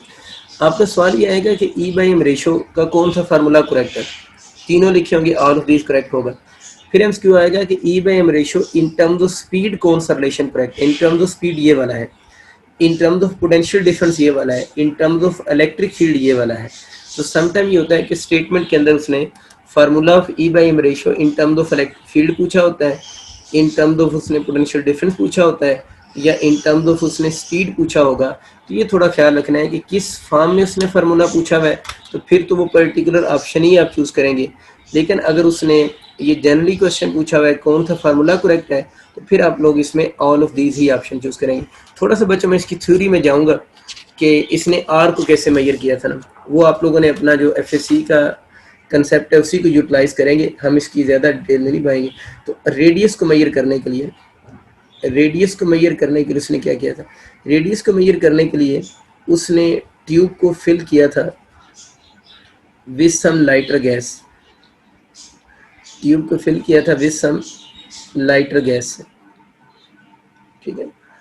ये हुआ था ना कि उसने इस ट्यूब को फिल कर दिया था विद सम लाइटर गैस से, जस्ट लाइक हाइड्रोजन, हीलियम वगैरह जो है ना, किसी लाइटर गैस से उसने इसको फिल किया। जब उसने इसको लाइटर गैस से फिल किया तो क्या हुआ कि जिस पाथ के अलॉन्ग इलेक्ट्रॉन मूव कर रहा था ना, ये सपोज करें वो मैग्नेटिक फील्ड है जिसमें इलेक्ट्रॉन मूव कर रहा था, तो उससे हुआ ये कि इसका ये जो पाथ है ना वो ग्लो करना शुरू हो गया, पाथ जो था वो ग्लो करना शुरू हो गया, और ग्लोइंग पाथ का फिर उसने रेडियस क्या कर लिया, मेजर कर लिया। तो अगर कभी थ्योरी का MCQ आ जाए तो ये पंजाब की बुक में भी मेरा ग्राफ लिखा हुआ है, KTK में भी है कि रेडियस को मेजर करने के लिए उसने ट्यूब को फिल किया था with some lighter gas, hydrogen या हीलियम से, और उसके बाद क्या हुआ था कि वो जो पाथ था वो सारा ग्लो करना शुरू हो गया। तो पाथ आपको पता नहीं क्यों ग्लो कर रहा है, इसमें एक्साइटेशन हो रही थी और क्या हो रही थी, डी एक्साइटेशन, और as a result of that excitation और डी एक्साइटेशन पाथ ग्लो कर रहा था, एक्साइटेशन और डी एक्साइटेशन की वजह से। तो ये थोड़ा सा आप लोगों ने थ्योरी का बैकग्राउंड याद रख लेना कि कहीं ऐसा ना हो कि वो थ्योरेटिकल एमसीक्यू बनाए। तो आपको समझ आ गया कि पाथ उसने ग्लो करवाया, उसने ट्यूब को फिल किया विद सम लाइटर गैस से एट लो प्रेशर पे, ये भी लिखने चले बात। तो वो पाथ आपका ग्लो करना शुरू हो गया और एक्साइटेशन और डी एक्साइटेशन से पाथ ग्लो किया जा रहा है। जब इलेक्ट्रॉन स्ट्राइक करेंगे उस गैस के एटम के साथ तो एक्साइट होगा, जब वो डी एक्साइट होंगे तो वो रेडिएशन या लाइट क्या करेंगे, एमिट करेंगे। अब दूसरी बात ये रहेगी कि इसने पाथ तो ग्लो करवा के रेडियस मेजर कर लिए, अब वेलोसिटी मेजर कैसे की ना, यानी जो इलेक्ट्रॉन है उसकी वेलोसिटी या स्पीड उसने कैसे मेजर की। एक ही बात है, आप वेलोसिटी बोल रहे हैं या स्पीड कह रहे हैं, वेलोसिटी या स्पीड उसने कैसे मेजर की। इस वेलोसिटी या स्पीड को मेजर करने के 2 मेथड हैं। पहला उसने जो मेथड अप्लाई किया था सारों को याद है, वो पोटेंशियल डिफरेंस मेथड, यानी इलेक्ट्रॉन की स्पीड फाइंड आउट करने के लिए उसने जो फर्स्ट मेथड अप्लाई किया था वो पोटेंशियल डिफरेंस मेथड है। देखिए मैंने आपको भी बच्चों बात बताइए कि ये कैथोड है, ये एनोड है, इस जगह पर मैग्नेटिक फील्ड है। जब इलेक्ट्रॉन यहाँ तक पहुँचेगा ना तो ये इन दोनों के दरमियान में हमें पता है ना, अगर इसका पोटेंशियल डिफरेंस 0 है, इसका v है, वही पुरानी बात है में आती है, पोटेंशियल डिफरेंस v है ना। तो इलेक्ट्रॉन जब यहाँ तक पहुँचेगा तो स्पीड तो गेन करेगा क्योंकि वो इलेक्ट्रिक फील्ड के अपोजिट मूव कर रहा है ना। ये हम लोगों ने फर्स्ट चैप्टर में बातें पढ़ ली, इलेक्ट्रिक फील्ड के अगर इलेक्ट्रॉन अपोजिट मूव कर रहा है तो इसकी स्पीड ग्रेजुअली क्या हो रही होगी, इंक्रीज हो रही होगी। तो जब वो मैग्नेटिक फील्ड में जस्ट इंटर होने लगेगा उस वक्त उसकी स्पीड कांस्टेंट हुई है। लेकिन इस चीज़ को बुक्स में डिस्कस नहीं किया जा रहा होता, हमसे इलेक्ट्रॉन की स्पीड ही पूछ रहा होता है कि इलेक्ट्रॉन की स्पीड क्या होगी। वैसे मैं बता रहा हूँ कि टेक्निकल बात यह है कि वो यहाँ तक स्पीड गेन करेगा, उसके बाद उसकी स्पीड कांस्टेंट हो जाएगी। तो हमसे पूछेगा हम उसकी स्पीड किस मेथड से मेजर करेंगे, तो एक मेथड कौन सा होगा, पोटेंशियल डिफरेंस मेथड होगा। पोटेंशियल डिफरेंस मेथड से कैसे स्पीड मेजर होगी, मैंने आपको बोला कि जब इलेक्ट्रॉन एनोड की तरफ जा रहा होगा तो काइनेटिक एनर्जी गेन करेगा। वो काइनेटिक एनर्जी कितनी गेन करेगा, हम उस इलेक्ट्रॉन के चार्ज को उन प्लेट्स के दरमियान में पोटेंशियल डिफरेंस से मल्टीप्लाई कर देंगे। ये फार्मूला होता है ना काइनेटिक एनर्जी कैलकुलेट करने का, Q इंटू वी कर देंगे, E इंटू वी लिख दो अगर आप लोगों ने लिखना है इलेक्ट्रॉन की वजह से, E इंटू वी लिख दो, कर दी E इंटू वी लिख सकते हो, पता नहीं यहाँ पर मैग्नीट्यूड ही पुट होती है। ये इलेक्ट्रॉन ने काइनेटिक एनर्जी गेन करनी है जब वो कैथोड से एनोड की तरफ जा रहा होगा। अब इस काइनेटिक एनर्जी को हम मैकेनिकल मेथड से भी तो कैलकुलेट कर सकते हैं ना, हाफ एम वी स्क्वायर। तो इलेक्ट्रॉन की मास और स्पीड को मल्टीप्लाई करें तो तभी काइनेटिक एनर्जी कैलकुलेट हो जाती है। वही पुरानी बात है, इन दोनों इक्वेशंस को कंपेयर कर लें। तो अगर हम कंपेयर करेंगे तो आपका बन जाएगा हाफ एम वी स्क्वायर, ऐसे में डेरिवेशन इसकी स्टार्ट हो गया, इक्वल टू ई वी। हमें यहाँ से वी चाहिए, डायरेक्ट लिख दो, इधर जाकर 2E voltage divided by M हो जाएगा। इस v का स्केयर आ रहा है, मैं स्केयर खत्म करके डायरेक्ट अंडर लगा रहा हूँ। तो ये फार्मूला आप लोगों ने याद रखना है, इसके आपके आंसर क्यों आएंगे। एक तो ये पता हो कि पोटेंशियल डिफरेंस मेथड से जो इलेक्ट्रॉन की स्पीड का फार्मूला आपको पता होना चाहिए क्या है, और दूसरा आप लोगों ने इसको ये भी याद रखना है इस फॉर्म में। इसके इस टॉपिक के अलावा भी क्वेश्चन आ सकते हैं ना, तो फिर आप इसकी जगह पर 2Q, क्योंकि जब E लिखते हैं तो आप इलेक्ट्रॉन पे लिमिटेड हो जाएंगे ना। इस टॉपिक में तो E आप लिख सकते हैं Q की जगह पर, लेकिन इसके मैंने बताया कि जनरल भी क्वेश्चन आते हैं किसी चार्ज पार्टिकल की स्पीड के क्वेश्चन। ये किसकी स्पीड है, स्पीड ऑफ चार्ज पार्टिकल है moving in electric field, moving in electric field. Magnetic को भूल जाए अभी, क्योंकि मैग्नेटिक में तो स्पीड कांस्टेंट होगी थी ना, तो ये उसकी स्पीड है, speed of charge particle moving in magnetic field. कि जब भी कोई चार्ज पार्टिकल मैग्नेटिक फील्ड में मूव करे तो उसकी स्पीड को हम इस फार्मूला से कैलकुलेट कर सकते हैं। तो मैंने आपको बताया कि इसके वैसे भी क्वेश्चन आते हैं, तो इसके अगर वैसे क्वेश्चन आएंगे तो इसको थोड़ा और चेंज कर लेते हैं। ये क्यू वी शुरू में किसकी जगह आया था, काइनेटिक एनर्जी की जगह पर आया था। मैं इसके क्वेश्चन करवाता हूँ फिर आपको याद आ जाएंगे कैसे आएंगे। इसको क्यू वी को काइनेटिक एनर्जी वापस भी तो लिख सकते हैं ना। ये टॉपिक यहाँ तक था, मतलब आपसे पूछेगा पोटेंशियल डिफरेंस मेथड से स्पीड कैसे कैलकुलेट करेंगे, तो स्पीड का फार्मूला आप लोगों को पता चल गया। ये फार्मूले हम दोबारा बना रहे हैं अपने कुछ और एमसीक्यू करने के लिए, क्योंकि हम लोगों ने जनरल नीचे बात लिख दी है ना कि ये फार्मूला आपको क्या बता रहा है, स्पीड ऑफ चार्ज पार्टिकल बता रहा है और ऐसे चार्ज पार्टिकल की स्पीड बता रहा है which is moving in electric field, तो उसकी स्पीड हम इस फार्मूला से कैलकुलेट कर सकते हैं। ठीक है, अब आते हैं इसके एमसीक्यू की तरफ। इसके एमसीक्यू किस तरह के बनेंगे, एक आधा मैं क्वेश्चन लिखवाता हूँ ना, तो आपको खुद ही याद आ जाएंगे कि इस तरह के इसके क्वेश्चन बन सकते हैं। लेकिन कंसेप्ट याद रखें, speed of charge particle moving in electric field, ये लफ्ज याद रखें। तो क्वेश्चन आपके यूँ आएंगे, कैलकुलेट, मैं एक आधा क्वेश्चन करवाता हूँ, calculate ratio of speed of proton, calculate ratio speed of proton to the speed of alpha particle, calculate ratio speed of proton to the speed of alpha particle if both have same kinetic energy। अब वही formula पुराना देखो, अगर दोनों की kinetic energy क्या हो जाए, सेम हो जाए। देखें फार्मूला भी आप लोगों ने लिखा है ना, मैं इस फार्मूले को दोबारा लिख देता हूँ। फार्मूला था V is equal to 2 kinetic energy divided by m था, ये फार्मूला ना कि 2 काइनेटिक एनर्जी बाय m। उसने सवाल में क्या बोला, calculate ratio speed of proton to the speed of alpha particle if both have same kinetic energy. देखिए ना, दोनों की काइनेटिक एनर्जी कांस्टेंट होगी, 2 वैसे ही कांस्टेंट है, तो स्पीड का मास के साथ कौन सा रिलेशन हो गया, अंडर रूट के साथ इन्वर्स नहीं हो गया। बस अब इसका हल कर लें, तो क्या पूछा हुआ है, V proton over V alpha particle पूछा हुआ है।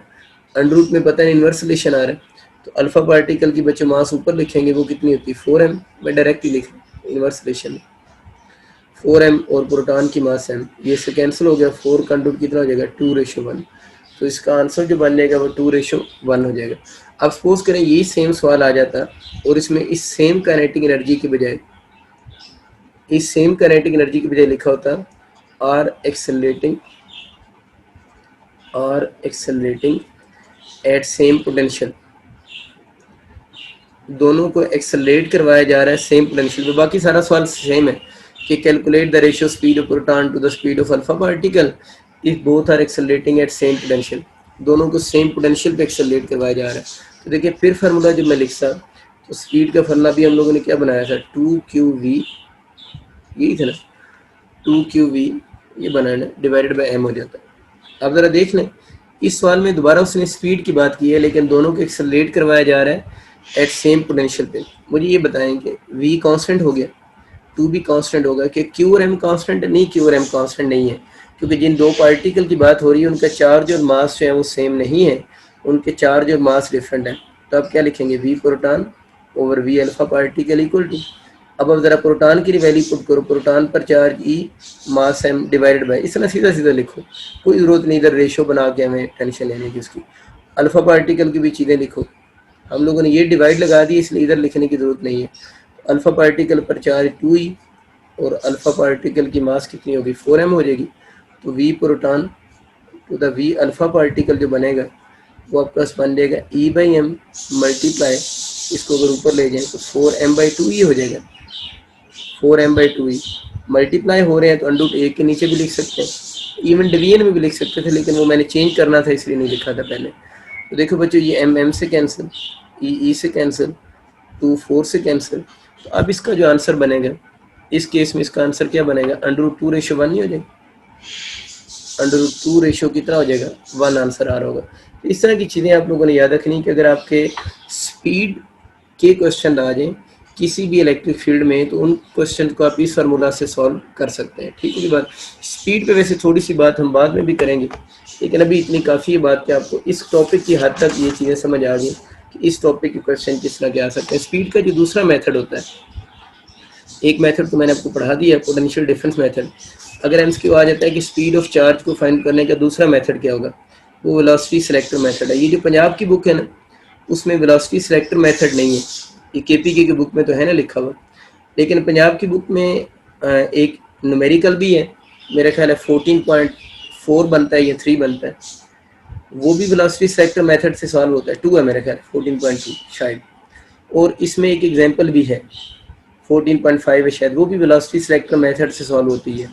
जिसका मतलब है कि उसने वेलोसिटी सिलेक्टर मेथड वहाँ पर थ्योरी में नहीं लिखा हुआ, लेकिन उस वेलोसिटी सिलेक्टर मेथड की एक एग्जांपल भी गिवन है और दूसरा उसका एक न्यूमेरिकल भी गिवन है, इसलिए आपको वेलोसिटी सिलेक्टर मेथड आना चाहिए क्योंकि थ्योरी में उसने नहीं लिखा हुआ, लेकिन उसने एग्जाम्पल और न्यूमेरिकल दोनों में इन्वॉल्व किया हुआ है। वेलोसिटी सिलेक्टर मेथड में पहली बात आप ये याद रखें, इसमें होता ये है कि इलेक्ट्रिक और मैग्नेटिक फील्ड आपस में परपेंडिकुलर होते हैं, यानी इलेक्ट्रिक और मैग्नेटिक फील्ड को एक दूसरे के परपेंडिकुलर एडजस्ट करते हैं। मैं केपीके की बुक में जो डायग्राम बनी वही बना देता हूँ। देख लें, सपोज करें इस तरफ आप पॉजिटिव प्लेट ले लें और इस तरफ जो है वो आपका कौन सी नेगेटिव प्लेट है। तो आपको समझ आ गया कि इसमें जो इलेक्ट्रिक फील्ड है उसकी डायरेक्शन किधर होगी। तो चलिए बना ही देता हूँ। इलेक्ट्रिक फील्ड की डायरेक्शन पॉजिटिव प्लेट से टुवर्ड्स नेगेटिव प्लेट होगी, इलेक्ट्रिक फील्ड होगी। और यहाँ पर हम कोई चार्ज पार्टिकल एंटर कर रहे हैं, पॉजिटिव चार्ज पार्टिकल एंटर कर लेते हैं, फ़र्क नहीं पड़ता क्योंकि अब हमें डायरेक्शन निकालना आती है। पॉजिटिव चार्ज पार्टिकल एंटर हो रहे हैं और इस रीजन में मैग्नेटिक फील्ड भी है, ये डॉट जो है वो मैग्नेटिक फील्ड को शो कर रहे हैं। और इस रीजन में दोनों यूनिफॉर्म है, इलेक्ट्रिक फील्ड भी यूनिफॉर्म है, मैग्नेटिक फील्ड भी यूनिफॉर्म है। डॉट का मतलब ये होगा कि जो मैग्नेटिक फील्ड है वो आउटवर्ड डायरेक्शन में है। देखिए वेलोसिटी सिलेक्टर मेथड की कंडीशन क्या थी, ई और बी परपेंडिकुलर हो, ई आपके पास अपवर्ड और मैग्नेटिक फील्ड किधर आ रहा है, आउटवर्ड। ज़रा पॉजिटिव चार्ज पार्टिकल है, इस पर जो इलेक्ट्रिक फील्ड फोर्स लगाएगा वो तो अपवर्ड लगाएगा। पॉजिटिव चार्ज पार्टिकल अगर ले रहे हैं तो इलेक्ट्रिक फोर्स इस पर अपवर्ड लगेगी। अगर आप नेगेटिव चार्ज पार्टिकल लेते हैं तो इलेक्ट्रिक फोर्स डाउनवर्ड हो जाती है, आसान सी बात है। अब अगर हम इसी चार्ज पार्टिकल पर लगने वाली मैग्नेटिक फोर्स कैलकुलेट करें तो ये चार्ज की किसकी डायरेक्शन, वेलोसिटी की डायरेक्शन। मैग्नेटिक फील्ड किधर आ रहा है, आउटवर्ड। तो आप इसके ऊपर रूल अप्लाई करेंगे तो बाय रूल इस पर जो रूल अप्लाई कर लोगे ना, right and palm rule, finger magnetic field की डायरेक्शन में, थंब किसको, वेलोसिटी को शो करेगा, यूँ रूल अप्लाई होगा ना, इस पर जो फोर्स होगी वो डाउनवर्ड डायरेक्शन में लगेगी। इसका मतलब ये हुआ कि इस चार्ज पार्टिकल पर जो इलेक्ट्रिक फोर्स लग रही है वो तो अपवर्ड लग रही है, लेकिन इस पर जो मैग्नेटिक फोर्स लग रही है वो डाउनवर्ड लग रही है। हम लोगों ने कुछ इस तरह एडजस्ट किया है कि इस पर जो वेलोसिटी सिलेक्टर मेथड में हो ये रहा है कि इलेक्ट्रिक फील्ड परपेंडिकुलर है किस फील्ड के, मैग्नेटिक फील्ड के। लेकिन आप लोगों ने गौर किया होगा कि वो जो चार्ज पार्टिकल है उस पर इलेक्ट्रिक फोर्स अपवर्ड लग रही है, तो मैग्नेटिक फोर्स उस पर किधर लग रही है, डाउनवर्ड लग रही है। इलेक्ट्रिक और मैग्नेटिक फील्ड परपेंडिकुलर हैं, लेकिन इलेक्ट्रिक फोर्स और मैग्नेटिक फोर्स के दरमियान में एंगल जो है वो 180 डिग्री है। Electric force and magnetic force के दरमियान में अगर एंगल पूछे तो इस केस में उन दोनों में एंगल कितने डिग्री है, 180 डिग्री एंगल होगा। तो ये बड़ा अच्छा एमसीक्यू है कि इस मेथड में जब ई और बी आपस में परपेंडिकुलर होते हैं तो उस वक्त इलेक्ट्रिक और मैग्नेटिक फोर्स के दरमियान में एंगल 180 डिग्री होगा। कुछ बच्चे सोच रहे होते हैं अगर नेगेटिव चार्ज होता तो फिर क्या हो जाता, ऊपर मैग्नेटिक फोर्स हो जाती, नीचे क्या हो जाती, इलेक्ट्रिक फोर्स हो जाती, रहते तो फिर भी एक दूसरे के अपोजिट ही ना। इस केस में भी उस पर जो एंगल होना था वो 180 डिग्री ही होना था। आप सारों को आइडिया है कि इलेक्ट्रिक फोर्स का फॉर्मूला E इंटू क्यू होता है और मैग्नेटिक फोर्स क्या होती है, क्यू वी बी होती है। हम इसमें ये करते हैं इस मेथड में कि हम इक्विलिब्रियम डेवलप करवाते हैं, यानी वेलोसिटी सिलेक्टर मेथड में हम इक्विलिब्रियम डेवलप करवाते हैं। इक्विलिब्रियम डेवलप करवाने का मतलब है कि हम इलेक्ट्रिक फोर्स को की मैग्नीट्यूड को मैग्नेटिक फोर्स की मैग्नीट्यूड के इक्वल कर लेते हैं। तो E into Q equal to क्या हो जाएगा, क्यू वी बी हो जाएगा, क्यू क्यू से कैंसिल हो जाएगा, तो E is equal to V B हो जाएगा। केपीके की बुक में तो न्यूमेरिकल नहीं है, लेकिन पंजाब की बुक में वो जो न्यूमेरिकल है ना, आप उस मैं बल्कि आपको न्यूमेरिकल का एग्जैक्ट नंबर बताता हूँ, प्रॉब्लम नंबर कौन सा बनता है, प्रॉब्लम नंबर 14.3। जब आप 14.3 न्यूमेरिकल करेंगे ना तो उसमें आपको आइडिया होगा कि उसने, मैं उसकी थोड़ी सी स्टेटमेंट बताता हूँ। 14.3 न्यूमेरिकल में कहता है ए वेलोसिटी सिलेक्टर है the magnetic field of this, ये क्वेश्चन है। ये कैलकुलेटर के बिना सॉल्व तो नहीं होता, लेकिन एक आइडिया में देना है वो आपको मिल जाएगा। कहता है वेलोसिटी सिलेक्टर मेथड में मैग्नेटिक फील्ड 0.3 टेस्ला है इफ परपेंडिकुलर इलेक्ट्रिक फील्ड, यानी इसके परपेंडिकुलर इलेक्ट्रिक फील्ड हम अप्लाई करें और इलेक्ट्रिक फील्ड कितना अप्लाई करें, 10,000 वोल्ट पर मीटर अप्लाई करें, तो what will be the speed of undeflected charge particle. तो उसकी स्पीड बताएं ना। इस सवाल से आप स्पीड तो आप बना लेंगे, यहाँ से v निकाल लेना, वेलोसिटी सिलेक्टर मेथड से स्पीड का फॉर्मूला क्या होगा, E ओवर b होगा। तो आपको यहाँ पर E के मन है, B के मन है, तो आप स्पीड बता सकते हैं। ये 14.3 न्यूमेरिकल था। जो मैं बात समझाना चाह रहा हूँ वो सिर्फ समझे। मैं ये समझाना चाह रहा हूँ, हम तो अब तक ये कहते रहे हैं कि मैग्नेटिक फोर्स ज़्यादा होती है इलेक्ट्रिक फोर्स से, तो यहाँ कैसे आप लोगों ने मैग्नेटिक को इलेक्ट्रिक के बराबर कर दिए, इस कंसेप्ट को सिर्फ क्लियर करें। लेकिन जब मैग्नेटिक को उसने इलेक्ट्रिक के बराबर किए तो मैग्नेटिक फील्ड को उसने कितना कम कर दिया बराबर करने के लिए, 0.3 पे लेकर आ गया। और इलेक्ट्रिक फोर्स को बढ़ाने के लिए उसने इलेक्ट्रिक फील्ड को कितना ज़्यादा इंक्रीज कर दिया, 10,000 तक लेकर गया है। ये कंसेप्ट आप समझिए कि वैसे मैग्नेटिक फील्ड, मैग्नेटिक फोर्स हमेशा स्ट्रॉन्ग ही होती है इलेक्ट्रिक फोर्स से, लेकिन मैग्नेटिक को अगर आप इलेक्ट्रिक के बराबर लेकर आना चाह रहे हैं तो मैग्नेटिक फील्ड को बहुत कम कर देना पड़ेगा, और इलेक्ट्रिक फील्ड को अगर आप बहुत ज़्यादा इंक्रीज कर देते हैं, इस न्यूमेरिकल से आपको कंसेप्ट क्लियर हो रहा होगा, तब जाकर ये दोनों चीज़ें आपस में क्या होंगी, इक्वल होंगी, इक्वल की जा सकती हैं। अब मैं क्या कहता हूँ, तो इन जनरल मैग्नेटिक ज़्यादा होती है इलेक्ट्रिक से, लेकिन यहाँ पर उसने स्पेसिफिकली जब दोनों को इक्वल किया है तो इस न्यूमेरिकल से आपको आइडिया हो चुका होगा कि इलेक्ट्रिक कितना कम करना ज़्यादा करना पड़ता है और मैग्नेटिक फील्ड को कितना कम करना पड़ता है, तब जाकर ये इक्वलिटी का साइन मेंटेन होता है। खैर, अब आपको इस एग्जांपल से भी समझ आ गया किसके इस तरह के सवाल आएंगे। वो आपसे पूछेगा आपको इलेक्ट्रिक फील्ड गिवन हो, मैग्नेटिक फील्ड गिवन हो, और सवाल में लिखा हुआ है कि वेलोसिटी सिलेक्टर मेथड है। वेलोसिटी सिलेक्टर मेथड ना भी लफ्ज़ लिखा हो तो साथ में हिंट लिखा होता है कि ई और बी आपस में क्या है, परपेंडिकुलर है। वेलोसिटी बताएं, और वेलोसिटी जब आप लोगों ने बतानी होती है साथ में ये भी लिखा होता है कि चार्ज पार्टिकल जो होगा move in straight line, charge particle move in straight line. तो अब जरा खुद सोचो ना, इस केस के अंदर उस चार्ज पार्टिकल पर दो फोर्सेस लग रही थी, अप एंड डाउनवर्ड। जब ये दोनों बराबर होगी तो फिर charge particle will move in straight line, फिर चार्ज पार्टिकल अनडिफ्लेक्टेड होगा। अनडिफ्लेक्टेड का मतलब क्या होगा, वो स्ट्रेट लाइन में मूव करेगा। तो आप लोगों ने इस फार्मूले के न्यूमेरिकल आपके आएंगे। एक तो आपको पता होना चाहिए कि वेलोसिटी सिलेक्टर मेथड से v स्पीड कैलकुलेट करने के लिए आपको एक इलेक्ट्रिक फील्ड की स्ट्रेंथ और एक मैग्नेटिक फील्ड की स्ट्रेंथ चाहिए होगी। और ये फार्मूला हर जगह अप्लाई नहीं होगा, ये फार्मूला सिर्फ उस वक्त अप्लाई होगा जब इलेक्ट्रिक और मैग्नेटिक फील्ड आपस में क्या होंगे, परपेंडिकुलर का वो वर्ड यूज़ करेगा, और चार्ज पार्टिकल मूव करेगा किस लाइन में, स्ट्रेट लाइन में मूव करेगा, अनडेविएटेड मूव करेगा। उस कंडीशन के ऊपर ये वाला फार्मूला अप्लाई होता है। तीन तरह के इसके न्यूमेरिकल आ सकते हैं, 1, 2, 3 वेरिएबल हैं, कोई सी दो चीज़ें गिवन हो, कंडीशन वही वेलोसिटी सिलेक्टर मेथड वाली बार बार मैं रिपीट नहीं कर रहा, वो गिवन होगी, तो आप इस फार्मूले से ई, बी और वी की वैल्यू को बता सकते हैं। नॉर्मली इसका एमसीक्यू ये भी आ रहा होता है, वो अक्सर पूछ रहा होता है कि ई ओवर बी की यूनिट बताएं। तो आपको ई ओवर बी की यूनिट कैलकुलेट करने की ज़रूरत नहीं है, हमें पता है ई ओवर बी किसकी इक्वल है, स्पीड की इक्वल है। स्पीड की यूनिट अगर मीटर पर सेकंड होती है तो ई ओवर बी को भी सॉल्व करेंगे, इसकी यूनिट भी फिर आपकी मीटर पर सेकंड के ही इक्वल होगी। मतलब इस क्वेश्चन को आपको फिर अलग से ई ओवर बी को सॉल्व करने की ज़रूरत नहीं होती, आप वैसे गेस कर सकते हैं कि ई ओवर बी की यूनिट जो होगी वो मीटर पर सेकंड होगी। मैं इसके क्वेश्चन नहीं बना रहा, आपको आइडिया हो चुका है कि अगर इस टाइप के आपके क्वेश्चन आ जाए इन तीनों के और वेलोसिटी सिलेक्टर मेथड की कंडीशन गिवन हो तो आप उसमें वैल्यूज पुट करके क्वेश्चन सॉल्व कर सकते हैं। मैं 3 केस बना देता हूँ। पहला केस ये है कि if v is equal to E over B हो जाए। दूसरा केस हम ये बना लेते हैं, इफ़ ई ओवर बी जो है वो ग्रेटर देन v हो जाए। और तीसरा केस ये बना लेते हैं, इफ़ ई ओवर बी जो है वो लेस देन v हो जाए। ये 3 डिफरेंट क्वेश्चन है। वो आपसे पूछेगा बताएं चार्ज किधर डिफ्लेक्ट हो रहा है। इस केस में आपसे पूछेगा चार्ज की डिफ्लेक्शन बताएं। इन तीनों क्वेश्चन चार्ज की डिफ्लेक्शन के हैं।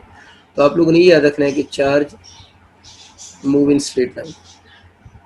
इस केस में चार्ज होगा वो किस में मूव करेगा, स्ट्रेट लाइन में मूव करेगा। स्ट्रेट लाइन में मूव करने का मतलब ये है कि अनडिफ्लेक्टेड होगा। वो हमें पता है क्यों अनडिफ्लेक्टेड होगा, क्योंकि दोनों फोर्सेस एक दूसरे को कैंसिल कर देंगी। लेकिन जरा खुद सोचें, अगर E over B greater than V हो, इसका मतलब है कि E over B greater than V का मतलब ये है कि ई की वैल्यू जो है वो ज़्यादा होगी है किससे, मच ग्रेटर होगी है देन बी से, तभी इक्वलिटी ख़त्म होगी है ना। तो ई मच ग्रेटर हो गया बी से, तो फिर इसका मतलब है ई डोमिनेट कर रहा है इस वक्त। अक्सर बच्चे इसको कंफ्यूज कर देते हैं, वो समझते हैं शायद ई बड़ा होता है बी से तभी तो ये बराबर आया है ना। देखिए E over B equal to V जब होगा ना तब ये वाली कंडीशन है, तब charge move in a straight line, जब इक्वल का यहाँ पर साइन होगा। अब अगर यहाँ पर इक्वलिटी ना हो तो फिर क्या होगा, फिर ये दो मैंने डिफरेंट सिचुएशन लिखी है। तो अगर ई ओवर बी ग्रेटर हो जाए वी से तो इसका मतलब है कि ई, आप इसको बात को ना लिखिए, आप इसको मिक्स कर देंगे। आप इसको यूँ समझें कि ई ओवर बी ग्रेटर होने का मतलब ये है कि ई डोमिनेट कर जाएगा। आप यूँ लिख लें, क्योंकि ग्रेटर वाली बात में आप फिर ऊपर इस कंसेप्ट को मिक्स कर देंगे ना। तो E over B greater than V का मतलब होगा ई डोमिनेट करेगा। तो अब जो चार्ज डिफ्लेक्ट होगा टुवर्ड्स ई। अब चार्ज ई की डायरेक्शन में डिफ्लेक्ट हो जाएगा टुवर्ड्स इलेक्ट्रिक फील्ड। ठीक होगी बात। टुवर्ड्स इलेक्ट्रिक फील्ड में पॉजिटिव चार्ज के लिए लिख रहा हूँ बात। जब भी जनरल की भी बात हो रही हो वो पॉजिटिव चार्ज के लिए हो रही होती है। क्योंकि पॉजिटिव चार्ज आपको पता है जो है वो डिफ्लेक्ट होता है, वो नेगेटिव प्लेट की तरफ गया था ना अभी थोड़ी देर पहले, इसको मिक्स ना पेपर में कर रहा है ना, positive charge towards electric field deflect हो रहा है ना। अब ये हो सकता है कि वो नेगेटिव चार्ज की बात करें तो नेगेटिव चार्ज किधर रिफ्लेक्ट होगा, opposite to the electric field. ये एक अलग से कंसेप्ट है जो बेसिक बात है जो आपको वैसे पता होनी चाहिए ना। तो जब जनरल क्वेश्चन आता है, जब चार्ज की नेचर नहीं मेंशन होती, तो उस वक्त हम चार्ज कौन से लेते हैं, पॉजिटिव चार्ज ही लेते हैं। तो ये बात पॉजिटिव चार्ज की लिखी हुई है, मैं लिख भी देता हूँ चलें अगर कोई कंफ्यूज है, कि positive charge deflect towards electric field, ठीक होगी बात। तो अगर नेगेटिव चार्ज होता तो डेफिनेटली उसने डिफ्लेक्ट होना था अपोजिट टू द कौन सा, इलेक्ट्रिक फील्ड, क्योंकि नेगेटिव चार्ज जो है उसने पॉजिटिव प्लेट की तरफ आना था। खैर अगर E over B less than B हो जाए, इस बात का मतलब ये है कि बी जो है वो डोमिनेट कर गया। अगर E over B less than B हो जाए, इसको मतलब कि नीचे वाला फैक्टर बड़ा हुआ है ना, तभी उसका आंसर उसने कम कर दिया कि E over B less than B हो गया, तो बी डोमिनेट हो गया, तो चार्ज होगा वो डिफ्लेक्ट होगा टुवर्ड्स बी। तो चार्ज इस केस में डिफ्लेक्ट होगा टुवर्ड बी। तो ये जनरल से क्वेश्चन आते होते हैं।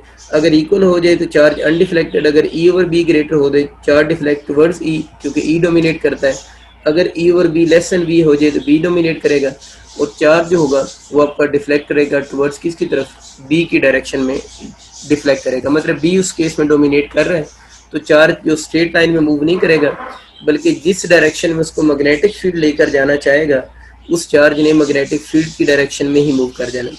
लास्ट टॉपिक इस चैप्टर का ये है कि आप लोगों ने पढ़नी इसमें motion of charge in electric and magnetic field, motion of charge in electric and magnetic field, in electric and magnetic field. ये जो बात है ना motion of charge in electric and magnetic field, ये मैं बहुत डिटेल से आप लोगों को ऑलरेडी पढ़ा चुका हूँ। Motion of charge in electric field के लिए आपको शायद याद होगा, मैंने आपको जो इस सेकेंड ईयर का जो फर्स्ट चैप्टर था वहाँ पर मैंने समझाया था कि सपोज करें ये दो प्लेट्स हैं, इन दो प्लेट्स के दरम्यान में यूनिफॉर्म इलेक्ट्रिक फील्ड है, ठीक है ना। वहाँ पर बहुत डिटेल से बात हुई है, वही लेक्चर देखेंगे। इनके दरम्यान में यूनिफॉर्म इलेक्ट्रिक फील्ड है, और यहाँ पर कोई चार्ज आप ले लेते हैं, पॉजिटिव चार्ज लें नेगेटिव चार्ज लें फ़र्क नहीं पड़ेगा। तो वो जो आप लोगों ने कोई चार्ज लिया, सपोज करें positive charge plus, sorry electric field आपको मैंने बना दिया, इलेक्ट्रिक फील्ड पॉजिटिव प्लेट से टुवर्ड नेगेटिव प्लेट होगा, और यहाँ पर आप कोई चार्ज ले लेते हैं, सपोज करें मैं नेगेटिव चार्ज ले लेता हूँ, तो इस नेगेटिव चार्ज ने पॉजिटिव प्लेट की तरफ मूव करना है, यानी अगेंस्ट इलेक्ट्रिक फील्ड को मूव करेगा। अगर ये पॉजिटिव चार्ज होता तो उसको मैं इधर रख देता, चलो मैं रख देता हूँ पॉजिटिव चार्ज का, मिक्स ना करते रहे। अगर पॉजिटिव चार्ज रखता तो उसने इस डायरेक्शन मूव करना था अलॉन्ग द इलेक्ट्रिक फील्ड। की बात हो रही है यूनिफॉर्म इलेक्ट्रिक फील्ड में।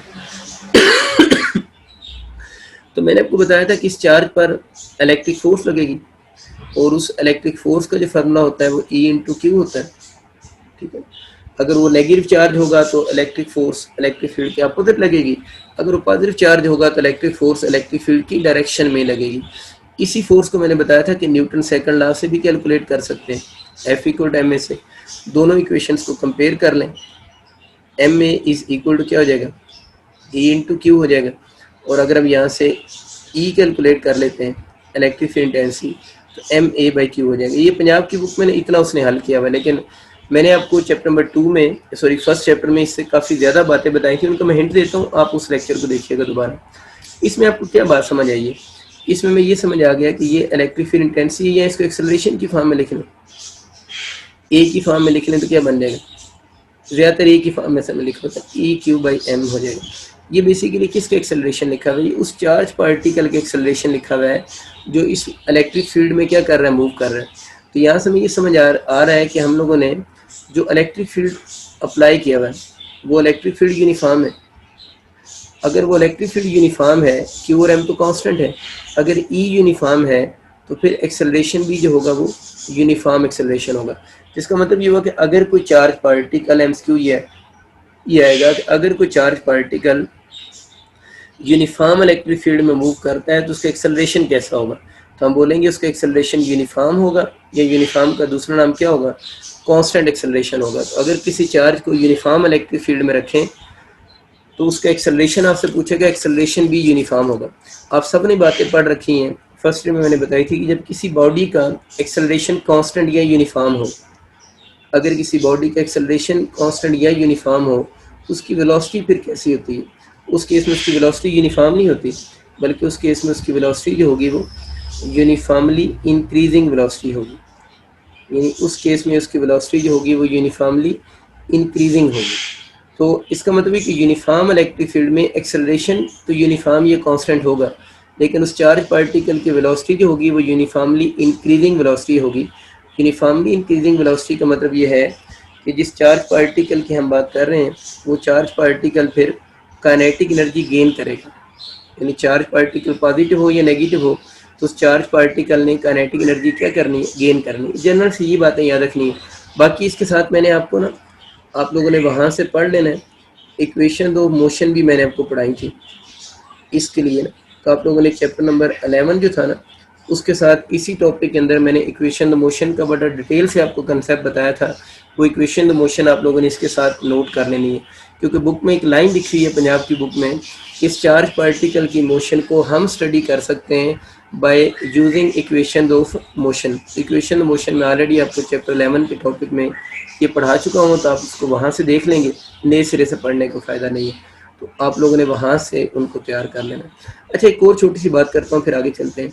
अच्छा, motion of charge in magnetic field में बात नहीं करूँगा, कल मैंने पूरे 2 घंटे इस पर बात की है कि चार्ज पार्टिकल मैग्नेटिक फील्ड में कैसे बिहेव करता है, मतलब किस एंगल पे एंटर होगा, कैसे वो बेंड होगा, कैसे उसके पाथ होंगे, वो बातें हम ऑलरेडी बहुत डिटेल से कर चुके हैं। अभी हम मैग्नेटिक फील्ड पे मोशन की बात इसलिए नहीं कर रहे कि हम उस पर 2-3 लेक्चर अपने कर चुके हैं। मैं वैसे एक छोटी सी और बात समझाने लगा हूँ। देखिए, सपोज करें आपका कोई वर्डिंग एमसीक्यू आ जाता है ना, अगर आपका कोई वर्डिंग एमसीक्यू आ जाता है और आपसे कहता है कि एक चार्ज पार्टिकल है, सपोज करें ये आपके पास इस डायरेक्शन में कौन सा फील्ड है, इलेक्ट्रिक फील्ड है। पॉजिटिव सेट वर्ड, पता नहीं हर दफ़ा क्यों रॉन्ग बना रहा हूँ, पॉजिटिव सेट वर्ड कौन सा, इलेक्ट्रिक फील्ड है। और कहता है कि आपके पास इलेक्ट्रिक फील्ड और मैग्नेटिक फील्ड पैरेलल है इन सम रीजन, इलेक्ट्रिक और मैग्नेटिक फील्ड पैरेलल है इन सम रीजन। सपोज करें इस तरफ मैग्नेट का नॉर्थ पोल है और इस तरफ मैग्नेट का साउथ पोल है, और magnetic field magnetic field line आपको पता है नॉर्थ वर्ड साउथ ही होती है आउटसाइड द मैग्नेट में। तो magnetic field line outside the magnet मैंने बनाई है, नॉर्थ वर्ड साउथ है। तो क्वेश्चन उसका ये आ गया कि इलेक्ट्रिक और मैग्नेटिक फील्ड आर पैरेलल, कि इलेक्ट्रिक और मैग्नेटिक फील्ड आपस में पैरेलल है, E is parallel to B। Electric और मैग्नेटिक फील्ड आपस में पैरेलल हैं, और जो इलेक्ट्रॉन है, मैं इलेक्ट्रॉन की बात कर रहा हूँ, नेगेटिव चार्ज की आप पॉजिटिव के लिए भी खुद से लिखना। इलेक्ट्रॉन जो है वो मूव कर रहा है पैरेलल टू इलेक्ट्रिक फील्ड, या यूँ कह लें इलेक्ट्रॉन मूव कर रहा है पैरेलल टू मैग्नेटिक फील्ड। तो बताएं कौन सा ऑप्शन करेक्ट हो। देखिए, अगर इलेक्ट्रॉन पैरेलल, ये दोनों आपस में पैरेलल हैं और इलेक्ट्रॉन मूव कर रहा है parallel to electric magnetic field, तो पहली बात ये कि इस पर मैग्नेटिक फोर्स कितनी होगी, तो मैग्नेटिक फोर्स इस पर 0 होगी।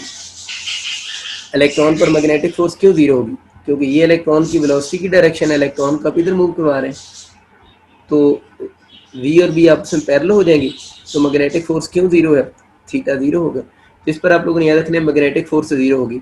अब वो पूछेगा कि इस पर जो इलेक्ट्रिक फोर्स ज़ाहिर है 0 नहीं होगी, इलेक्ट्रिक फोर्स लगेगी, तो आपसे पूछेगा इस केस में इसकी स्पीड पे क्या इफेक्ट होगा।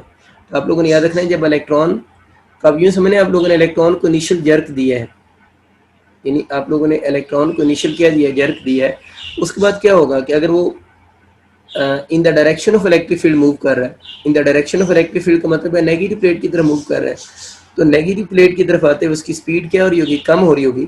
उसकी वजह यह है कि इलेक्ट्रिक फोर्स उस पर नॉट इक्वल 0 होगी, लेकिन इस केस में इस पर जो इलेक्ट्रिक फोर्स लग रही है वो कौन सी होगी, रिपल्सिव होगी। ये बात मैंने इसलिए की कि कुछ बच्चों को ये बात, ऊपर वाली बात को मिक्स कर जाते हैं ना, वो जो मैंने लिखा है ना काइनेटिक एनर्जी गेन करेंगे, काइनेटिक एनर्जी कब गेन करेंगे, जब ये वाली सिचुएशन होगी, electron opposite to the electric field move करेगा और positive charge along the electric field move करेगा, तब वो काइनेटिक एनर्जी गेन करेगा ना, या उसकी स्पीड इंक्रीज होगी। लेकिन ये सिचुएशन भी बड़ी कॉमन है एमसीक्यू के लिए ना, ये जो मैंने नीचे सिचुएशन बनाई है। मैग्नेटिक फील्ड तो मैंने वैसे ही लगा दी है ताकि आपको ज़्यादा बातें समझ आ जाए। इवन सिर्फ इलेक्ट्रिक फील्ड का भी क्वेश्चन आ सकता है, सिचुएशन वर्डिंग में गिवन होगी, डायग्राम गिवन नहीं होती, सिचुएशन गिवन होती है, ठीक है। ये आपको पॉजिटिव और नेगेटिव प्लेट कभी भी नहीं मैं बोलता, लेकिन जब भी कभी आ जाए ना इलेक्ट्रिक फील्ड की डायरेक्शन का कोई भी सवाल आ जाए, तो आप हमेशा प्लेट्स बनाकर क्वेश्चन को सॉल्व करेंगे तो आपसे इजीली अटेम्प्ट होगा और एरर के चांसेस बिल्कुल खत्म हो जाएंगे।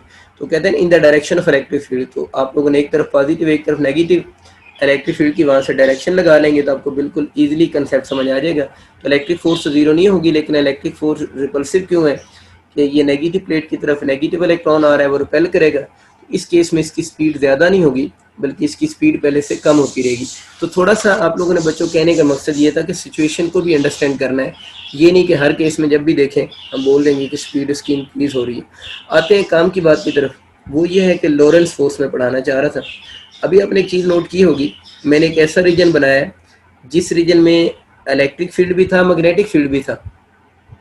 वैसे मैंने डायग्राम ऐसी बनाई थी ना कि इलेक्ट्रिक फोर्स क्या होगी थी, नहीं सॉरी एग्जिस्ट कर रही थी, लेकिन मैग्नेटिक फोर्स जीरो होगी थी। अभी वेलोसिटी सेलेक्टर मेथड में क्या हो रहा था, वहाँ पर इलेक्ट्रिक फोर्स भी चार्ज पर लग रही थी और मैग्नेटिक फोर्स भी लग रही थी, दोनों फोर्सेस लग रही थी। समझ आ गई बात? उस चार्ज जब इंटर हुआ था तो दोनों फोर्सेस लग रही थी ना।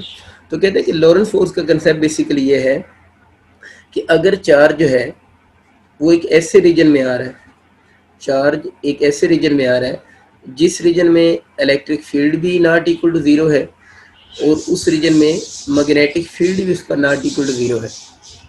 इलेक्ट्रिक फील्ड भी नॉट इक्वल टू जीरो है, मैग्नेटिक फील्ड भी नॉट इक्वल टू जीरो है, ठीक है। उस केस में क्या होगा, अब कुछ बच्चे ये कंसेप्ट बना लेते हैं कि सर अभी आपने थोड़ी देर पहले ये बताया था कि अगर दोनों नॉट इक्वल टू जीरो हो तो इलेक्ट्रिक और मैग्नेटिक फोर्स एक दूसरे के अपोजिट लगेगी।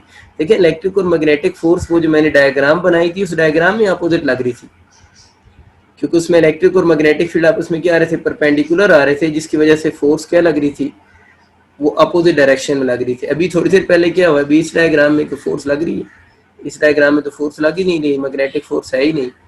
तो ये आप उस बात को जनरलाइज ना समझ लें, वो वेलोसिटी सिलेक्टर मेथड की कंडीशन है। वेलोसिटी सिलेक्टर मेथड में ई और बी का परपेंडिकुलर होना जरूरी है, और उस मेथड में हम ये कहते हैं कि चार्जेस पर जो फोर्स लगेगी वो 180 के एंगल पर लगेगी, दोनों फोर्सेस एक दूसरे के अपोजिट होंगी। और अगर आप ये चाहते हैं उस मेथड में चार्ज अनडिफ्लेक्टेड पास करे तो फिर ये ज़रूरी होगा कि वो ई ओवर बी जो है उनकी रेशो होगी that must be equal to E V हो जाए। वी के इक्वल होने का फिजिकल मीनिंग ये होंगी कि उसने इलेक्ट्रिक और मैग्नेटिक फोर्स को आपस में इक्वल किया हुआ है। वो अपनी जगह कंसेप्ट बिल्कुल ठीक है, लेकिन उस कंसेप्ट को इधर हर जगह अप्लाई ना करें। ये अब जनरल बात हो रही है, कोई चार्ज है वो किसी रीजन में इंटर हुआ है जिस रीजन में दोनों फील्ड हैं, whatever the angle between E and B, वो दोनों पैरेलल हों, वो दोनों एंटी पैरेलल हों, वो परपेंडिकुलर हो, किसी भी एंगल पर हो सकते हैं। मतलब ओरिएंटेशन इसमें कोई लिमिटेड ओरिएंटेशन नहीं है, बस उस रीजन में जब चार्ज इंटर हुआ है तो इलेक्ट्रिक और मैग्नेटिक फील्ड दोनों है। तो इलेक्ट्रिक फील्ड उस चार्ज पर कौन सी फोर्स लगाएगा, इलेक्ट्रिक फोर्स। मैग्नेटिक फील्ड उस पर कौन सी फोर्स लगाएगा, मैग्नेटिक फोर्स। किस डायरेक्शन में लगेंगी ये तो डायग्राम बनेगी, हमें सिचुएशन गिवन होगी तो हमें पता होगा ना इलेक्ट्रिक और मैग्नेटिक फोर्स उस पर किधर लगेंगी, तो हमें उस चक्कर में पढ़ने की जरूरत नहीं है। तो अब क्या होगा कि जब चार्ज एक ऐसे रीजन में इंटर हुआ है जहाँ पर इलेक्ट्रिक और मैग्नेटिक फील्ड दोनों हैं, तो उस पर इलेक्ट्रिक फोर्स भी लगेगी और मैग्नेटिक फोर्स भी लगेगी। तो अब उस चार्ज पर जो नेट फोर्स लगेगी ना, यानी उस चार्ज पर अगर हम नेट फोर्स कैलकुलेट करना चाहें तो नेट फोर्स जो होगी वो वेक्टर सम होगी इलेक्ट्रिक फोर्स का और प्लस किस फोर्स का, मैग्नेटिक फोर्स का। तो ये जो नेट फोर्स होगी ना, नेट फोर्स क्या होगी, वेक्टर सम ऑफ, आगे वर्ड लिख देना, electric and magnetic force is called Lorentz force. तो लॉरेंस फोर्स की डेफिनेशन ये होती है कि the vector sum of, vector लगाएं, the vector sum of electric force and magnetic force is called Lorentz force. या हम यूँ भी कह सकते हैं कि जब भी कोई चार्ज पार्टिकल एक ऐसे रीजन में मूव कर रहा हो जिस रीजन में इलेक्ट्रिक फील्ड भी हो और मैग्नेटिक फील्ड भी हो, तो उस पर जो दोनों फोर्सेस लग रही होती हैं उन दोनों फोर्सेस का जो वेक्टर सम होता है, उस वेक्टर सम को हम बोल रहे होते हैं कि दैट फोर्स इज कॉल्ड कौन सी, उस फोर्स को हम लॉरेंस फोर्स का नाम देंगे। अब अगर हम इसमें वैल्यूज पुट कर दें तो इलेक्ट्रिक फोर्स का फॉर्मूला ई इंटू क्यू होता है और मैग्नेटिक फोर्स का formula Q into V cross B होगा, यानी मैग्नेटिक फोर्स का formula Q into V cross B हो जाएगा। तो इसको मैं एफ एल लिख देता हूँ, एफ एल मीन ये कौन सी फोर्स है, लॉरेंस फोर्स है। तो इसका बस आपसे ये पूछ सकता है कि लॉरेंस फोर्स किसका सम होता है। आपको पता होना चाहिए कि लॉरेंस फोर्स इलेक्ट्रिक और मैग्नेटिक फोर्स दोनों के सम को हम लॉरेंस फोर्स का नाम दे रहे होते हैं। और बाकी इसका फार्मूला आपसे पूछ सकता है, फार्मूले का आपको आइडिया हो गया। फिर इसकी अगर थोड़ी सी फॉर्म हम चेंज करें, इसमें हम क्यू को कॉमन कर लें, तो क्यू कॉमन करें तो ई प्लस क्या बन जाएगा, वी क्रॉस बी भी लिख सकते हैं। मतलब थोड़ी सी फॉर्म चेंज होकर भी क्वेश्चन आ जाते हैं, तो इससे इतना बड़ा इशू नहीं है, वो आप लोग कर सकते हैं, ठीक है। अब इसमें आप लोगों ने याद ही रखना है कि जो मैग्नेटिक फोर्स है इसमें, इस पर मैंने कल बातें वैसे कर ली थी। मैग्नेटिक फोर्स मैंने बता दिया था कि नॉर्मल फोर्स होती है, ये नॉर्मल फोर्स होती है, और इस फोर्स की प्रॉपर्टीज कल पढ़ा दी थी ना, इसका वर्क डन इक्वल टू 0 होता है, और इस फोर्स की वजह से जो स्पीड है वो क्या रहती है, कांस्टेंट रहती है। ठीक है बात, इस फोर्स की वजह से जो स्पीड होगी वो कांस्टेंट रहेगी। लेकिन जो इलेक्ट्रिक फोर्स होती है ना, इलेक्ट्रिक फोर्स की वजह से work done usually not equal to 0 होता है, यानी इलेक्ट्रिक फोर्स की वजह से work done usually not equal to 0 होगा। जब वर्क डन 0 इक्वल नहीं होगा तो इसकी वजह से स्पीड भी क्या होगी, चेंज होगी। यानी इस फोर्स की वजह से वो आपको समझ आ रहा है, इलेक्ट्रिक फोर्स की वजह से स्पीड चेंज हो रही है। अभी दो चार्ज पड़े हैं ना, एक केस में स्पीड इंक्रीज हो रही थी और एक केस में इलेक्ट्रिक फोर्स की वजह से स्पीड कम भी हो रही थी, तो इसकी वजह से स्पीड जो है वो चेंज भी हो सकती है। उसने बुक में एक लाइन लिखी हुई है जिसको अक्सर बच्चे रॉन्ग समझते हैं, पंजाब की बुक में लाइन लिखी है कि magnetic force is a deflecting force, कि magnetic force is a deflecting force, कि मैग्नेटिक फोर्स रिफ्लेक्टिंग फोर्स है। तो कुछ लोग ये समझते हैं शायद इलेक्ट्रिक फोर्स रिफ्लेक्टिंग फोर्स नहीं है। देखिए इलेक्ट्रिक फोर्स भी तो डिफ्लेक्टिंग है ना। अब आप कह रहे होंगे कि इधर इसकी वजह से चार्ज डिफ्लेक्ट तो नहीं हो रहा, इधर भी चार्ज सीधा आ रहा है, इधर भी चार्ज सीधा आ रहा है, तो इलेक्ट्रिक फोर्स तो डिफ्लेक्टिंग नहीं है। देखिए आप यूँ बनाओ ना डायग्राम, आपको समझ आ जाएगा इलेक्ट्रिक फोर्स रिफ्लेक्टिंग है। इस तरह भी हमने थोड़ी देर पहले बनाया था, यहाँ से इलेक्ट्रॉन को इंटर करो ना, तब इलेक्ट्रॉन उधर नहीं जाएगी। तो इलेक्ट्रिक फोर्स भी डिफ्लेक्टिंग फोर्स हो सकती है। इसका मतलब ये नहीं कि वो बस उसने बुक में वैसे लाइन लिख दी है। उसने जब ये बात लिखी है ना बुक में कि जो इलेक्ट्रिक फोर्स होगी उसका वर्क डन नॉट इक्वल 0 होगा और उसका वर्क डन 0 होगा, वहाँ पर उसने वैसे जनरल लाइन लिखी है कि ये फोर्स सिर्फ डिफ्लेक्ट करवाती है चार्ज पार्टिकल को, स्पीड कांस्टेंट रहती है। इलेक्ट्रिक फोर्स भी डिफ्लेक्ट करवाएगी चार्ज पार्टिकल को, लेकिन जब ये इलेक्ट्रिक फोर्स अगर डिफ्लेक्ट करवा रही है तो उस केस में अगर हम चार्ज पार्टिकल की बात करेंगे, उस केस में जो चार्ज पार्टिकल होगा उसकी स्पीड कांस्टेंट नहीं रहेगी।